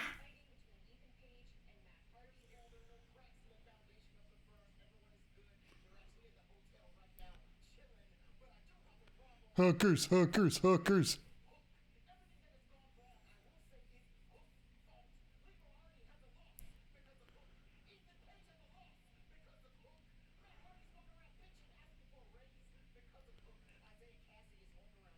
We are hookers here as Hook.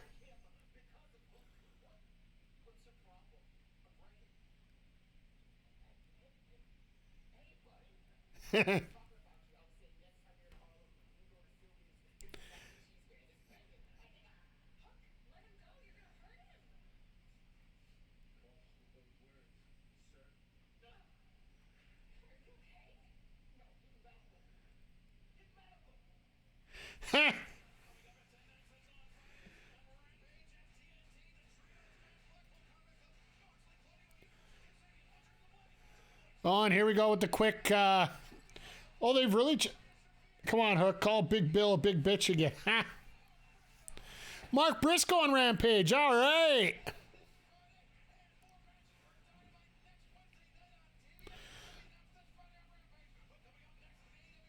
So they're not announcing anything for... they're not going to announce anything for the next week's Dynamite because everything's probably going to relate to what happens here, right? And also, who's going to survive Rampage? Let me get this last prediction up for you guys while we... just want to let you guys know, like, since this is the last commercial break... Well, the last full commercial break we got. Next stream is actually going to be Saturday night. There's going to be no stream tomorrow.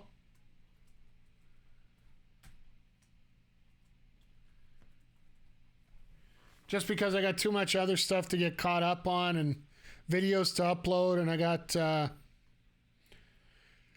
what is it? 2 weeks worth of captions to get up for videos because we got daily video content on our, we got 42, so give you 15 minutes for this prediction. Sorry, just throwing myself all over the place there. We got daily videos on the gaming channel going up every day. I got 2 a day going on right now. We just released a cloud gaming update with PJC this past... maybe 4 hours ago.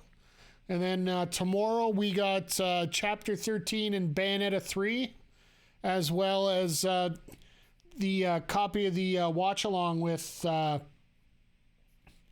the Nintendo Direct will be going up at about 2:15 p.m. Mountain Time tomorrow. Friday we got a video of my Breakers collection Tia run. I managed to get a 4-hour stream down to an hour and a half, so... I tried to keep as many of the frustrating parts in for you guys because I know you guys like to watch me suffer. And then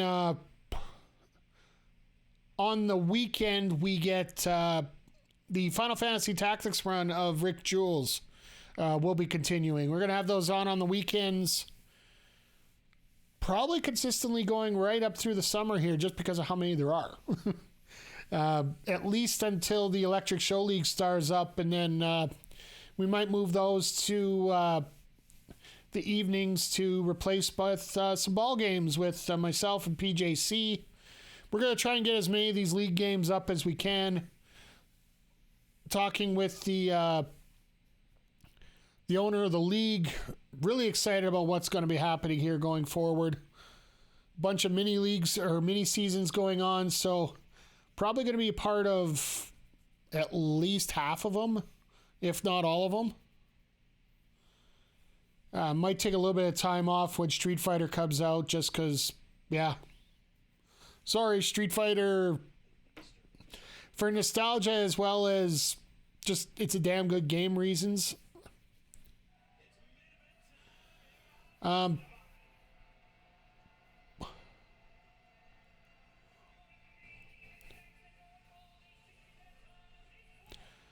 Why are the guns coming out?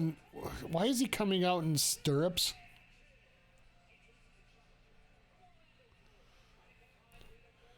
Man, these outfits are a statement. I will say that. To say the least, they are a statement. Whoa.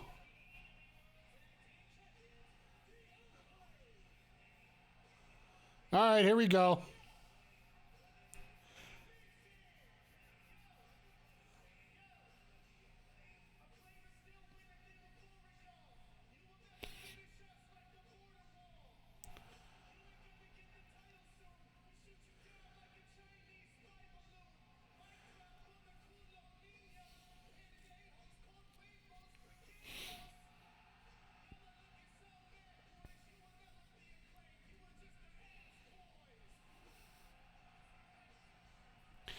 Well, I'll throw out a little Mexican there so I can understand that.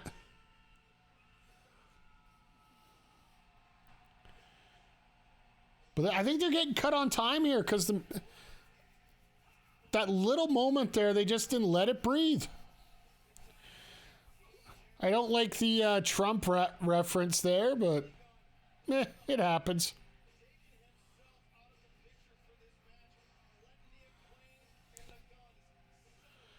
was going to say, how much do you guys think that Billy Gunn is not going to stay in the back during this match? I almost guarantee it.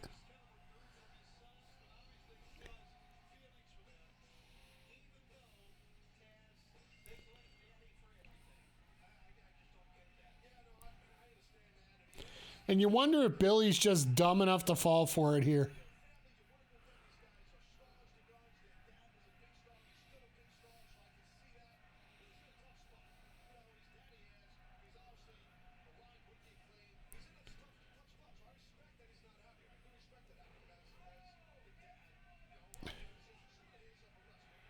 And the funny part is the Guns can wrestle. Like, a lot of people don't realize that. Like, I think it's Austin that's going to be the one that actually has a lot more of a tenure ready to go. He's the one outside the ring right now. But it's also another thing that we talk about here. For as long as they've been going, a lot of people don't realize who Austin and who Colton is. Like, defining the two. Like, yes, body-wise, they are absolutely different. Facial-wise, everything. Like, they're easily different, but nobody's given a crap enough about them to actually, figure out who they are. It was more like Ass Boy number 1 and Ass Boy number 2.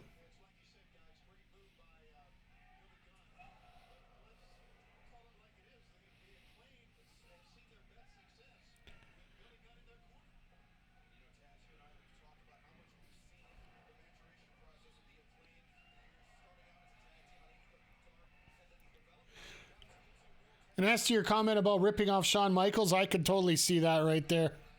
Just like they're ripping off the Dudley Boys right now.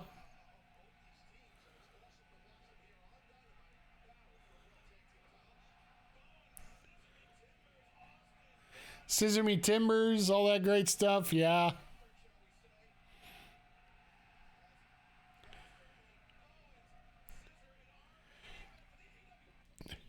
And it looks like we got about 10 minutes left here in this matchup, so as they go to their picture-in-picture moment during the main event. I have to say, overall tonight, Dynamite has been very enjoyable to watch. And like that last match, I guarantee you they went overtime. It's almost like a foregone conclusion with these guys that they do go overtime.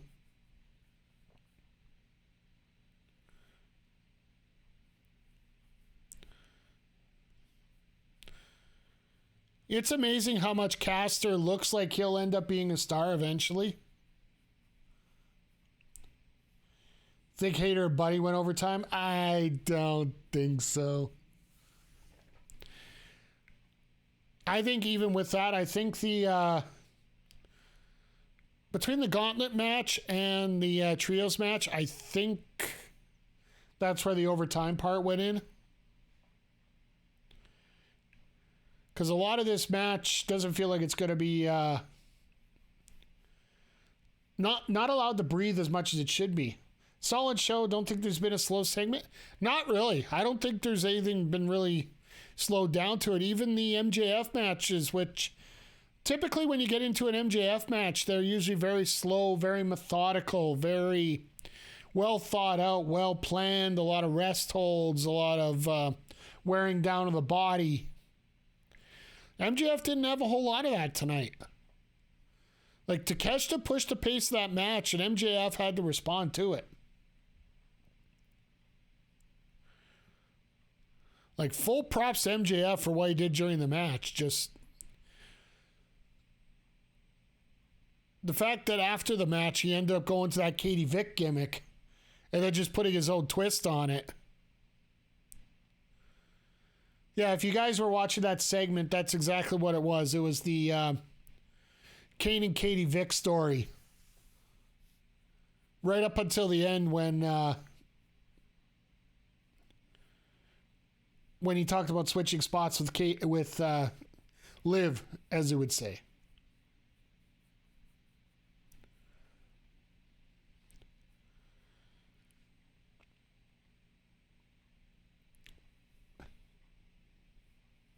Just MJF sucking up the trips. That's smart. Yeah, like.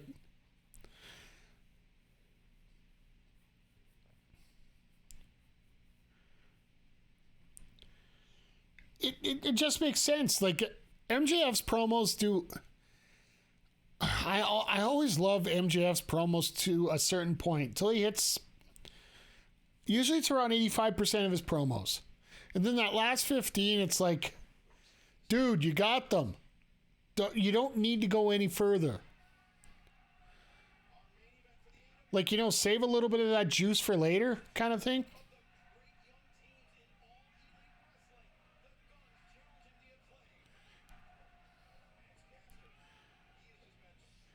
Yeah, I'd have to say, like, that's actually a good point brought up by Excalibur. Like,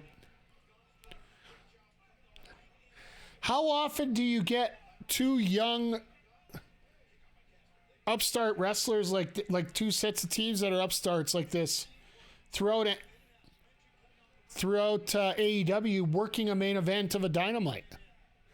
Like, outside of MJF and Starks in that first defense for Stark or for MJF,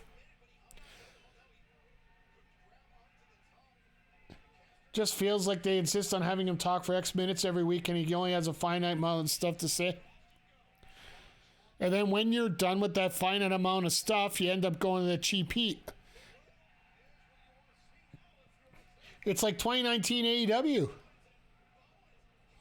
In many respects, yeah. It's been a while since we've been able to see legit. Get this damn power slap crap off my TV.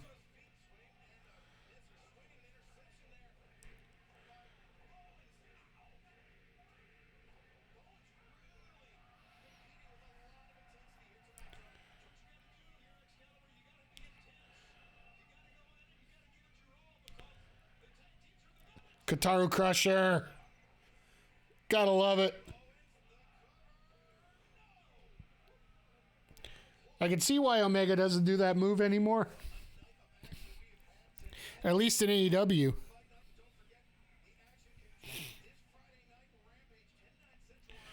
Yeah, they gotta find some way to get these Rampage numbers up. Like last week, I think they had, what was it, 249,000? Was their number, and I think they're around 900,000 for a typical Dynamite. The biggest problem with Rampage right now is their time slot.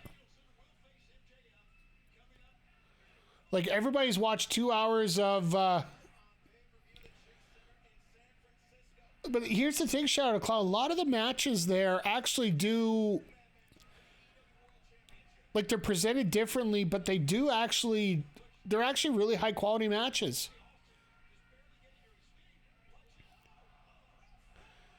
What a bump by that ref. That ref was shot.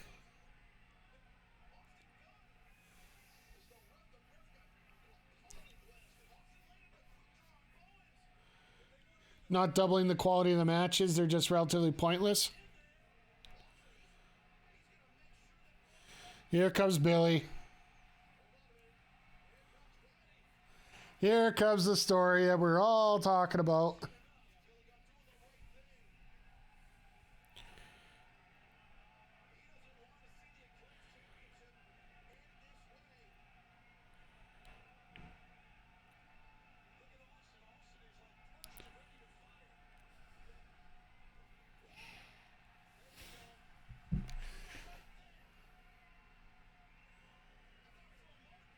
It's closer to Dark Plus than Oh. I didn't expect that. I did not expect that.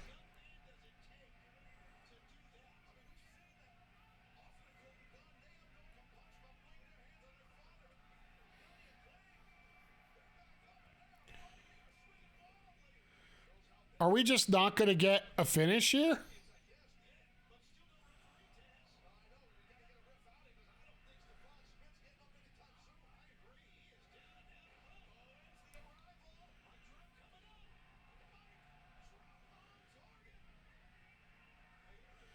Gotta get the ref up.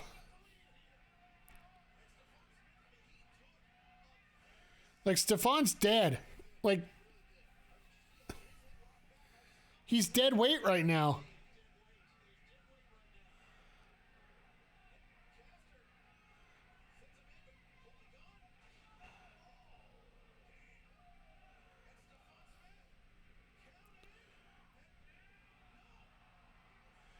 All right, there's the distraction. Okay, this is where the Guns are going to win it here.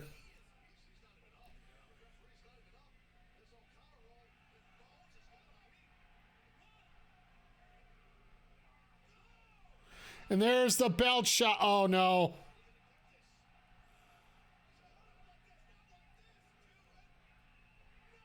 Wow.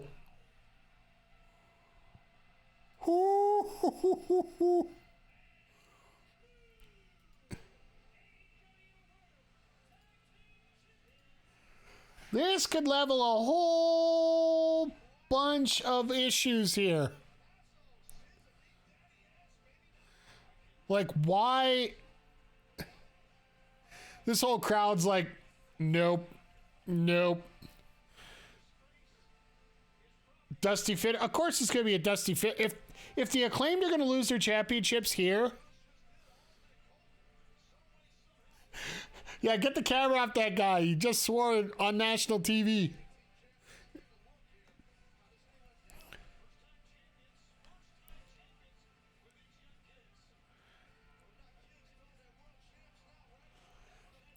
Here's my prediction right now. I'll just throw this right now as we watch the highlights of this match. We're going to get the Guns versus the Acclaimed at Revolution. Stunned silence, absolutely. Everybody's like, we're expecting Billy to turn here, but we're going to get the Guns versus the Acclaimed at Revolution, and Daddy Ass is going to be the referee.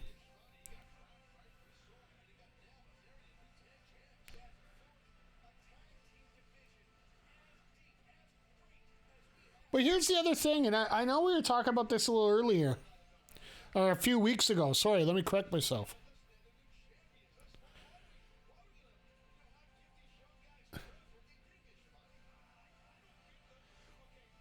A couple weeks ago, we were talking about how everybody was expecting Jamie Hayter and Britt Baker to break up.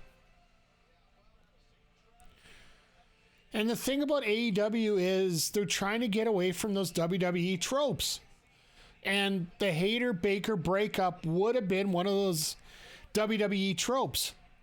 Like the best friends that turn on each other when there's a title around. It's something different.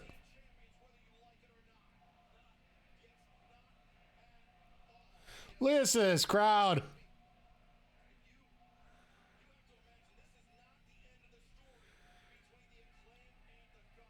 Yeah, they went home early.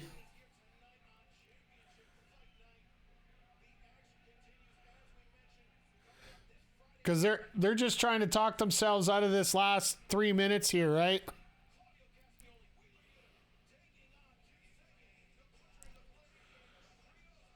Because you usually don't get the losing team's music in the ring to finish off the show.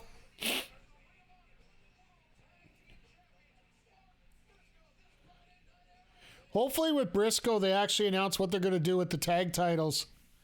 He's probably going to have to... He's either going to have to hang them up or hand over the title, or else there could be a possibility. One thing I would love to see, and it's something I've seen a lot on social medias here. Why not get Matt Hardy to team up with Mark Briscoe for a while? Both of them have had tragic falling outs with their partner. More for the one passed away, the other one, I don't know how he hasn't. But anyway. Do the ROH tag belts get renamed the Briscoe Tag Championships? I don't think so. I could see a memorial tournament set up for the Briscoes. And maybe have Matt and Mark as a team in that tournament. But I don't see them leaving at that. You got to finish tomorrow's pod. Thank you. You have yourself a good night, Adam. And if you guys aren't listening to Remember the Game, please go check out rememberthegamepodcast.com. It is definitely worth it. I'm as high a Patreon member as you could be without paying $150 a month. And one of these months I want to. Adam, don't let me forget. I got a game. I know you don't like game submissions, but I got one for you for Mania weekend. Trust me. It's one of my highest viewed wrestling games on this channel, so, and on a lot of channels. But anyway, I should be talking business over the Twitchers here. Overall tonight, another excellent show by AEW. Solid. I would say we had that one botch in the middle there with the bunny getting injured in the women's match, which sucks. The fact that they did move the women's match earlier is great. It's not in the usual spot once again. Jamie Hayter getting a little bit extra sunshine where she's at. Ricky Starks getting steamrolled by Jericho. Of course, that's not going to be done yet. The opening contest, Takeshita and MJF was an absolute barn burner. Roosh and Bryan Danielson, absolutely amazing. And then that trios match, my God. Like, you can go through this and it's simple. We've had 2 streams today. The first one, we only had 1 or 2 things we're going to remember. Like, when everything's said and done and you give yourself 24 hours to think about it, you're only going to have 1 or 2 things you're going to remember through the whole thing. Mainly the GB and the GBA announcement is probably the biggest thing you're going to remember from that. Here tonight, we probably had 4 or 5 different matches that you could honestly say you're going to remember as the highest quality on the show. And I think you guys will agree that you can make a case for each match on this card to be the top match of the show. Granted, it was an absolute crappy ending for the Guns and the Acclaimed in terms of how cheesy that finish was. It was unexpected. The result wasn't unexpected. The way they got there was unexpected. Because everybody expected that turn and it didn't happen. Which I'm very happy about. Because I think that's very important that you... Like I said, we're trying to get out of those WWE tropes that everybody's expecting. Billy Gunn comes out. Everybody expects him to turn on the Acclaimed. He doesn't. Everybody's, okay, well, what the hell's going on now? And they go that way. The trios match, absolutely insane. Reminds me of an old ECW match where everybody throws every high-flying move in the world and it ends in a roll-up. Fantastic match from all 6 of those people there. The Gauntlet match was the Gauntlet match and told another story. Move on. Danielson and Roosh. Another clinic by Danielson. Once again, wish he wouldn't bleed so much. Takeshita MJF. MJF showed a different side of him that he hasn't had to show off before. Takeshita was made in that match even more than he already was. And yeah, so everything else just seemed to flow rather well together. So they didn't give us any preview of any matches going on next week, so we really don't have anything to go on with that other than the fact that AEW is producing decent shows.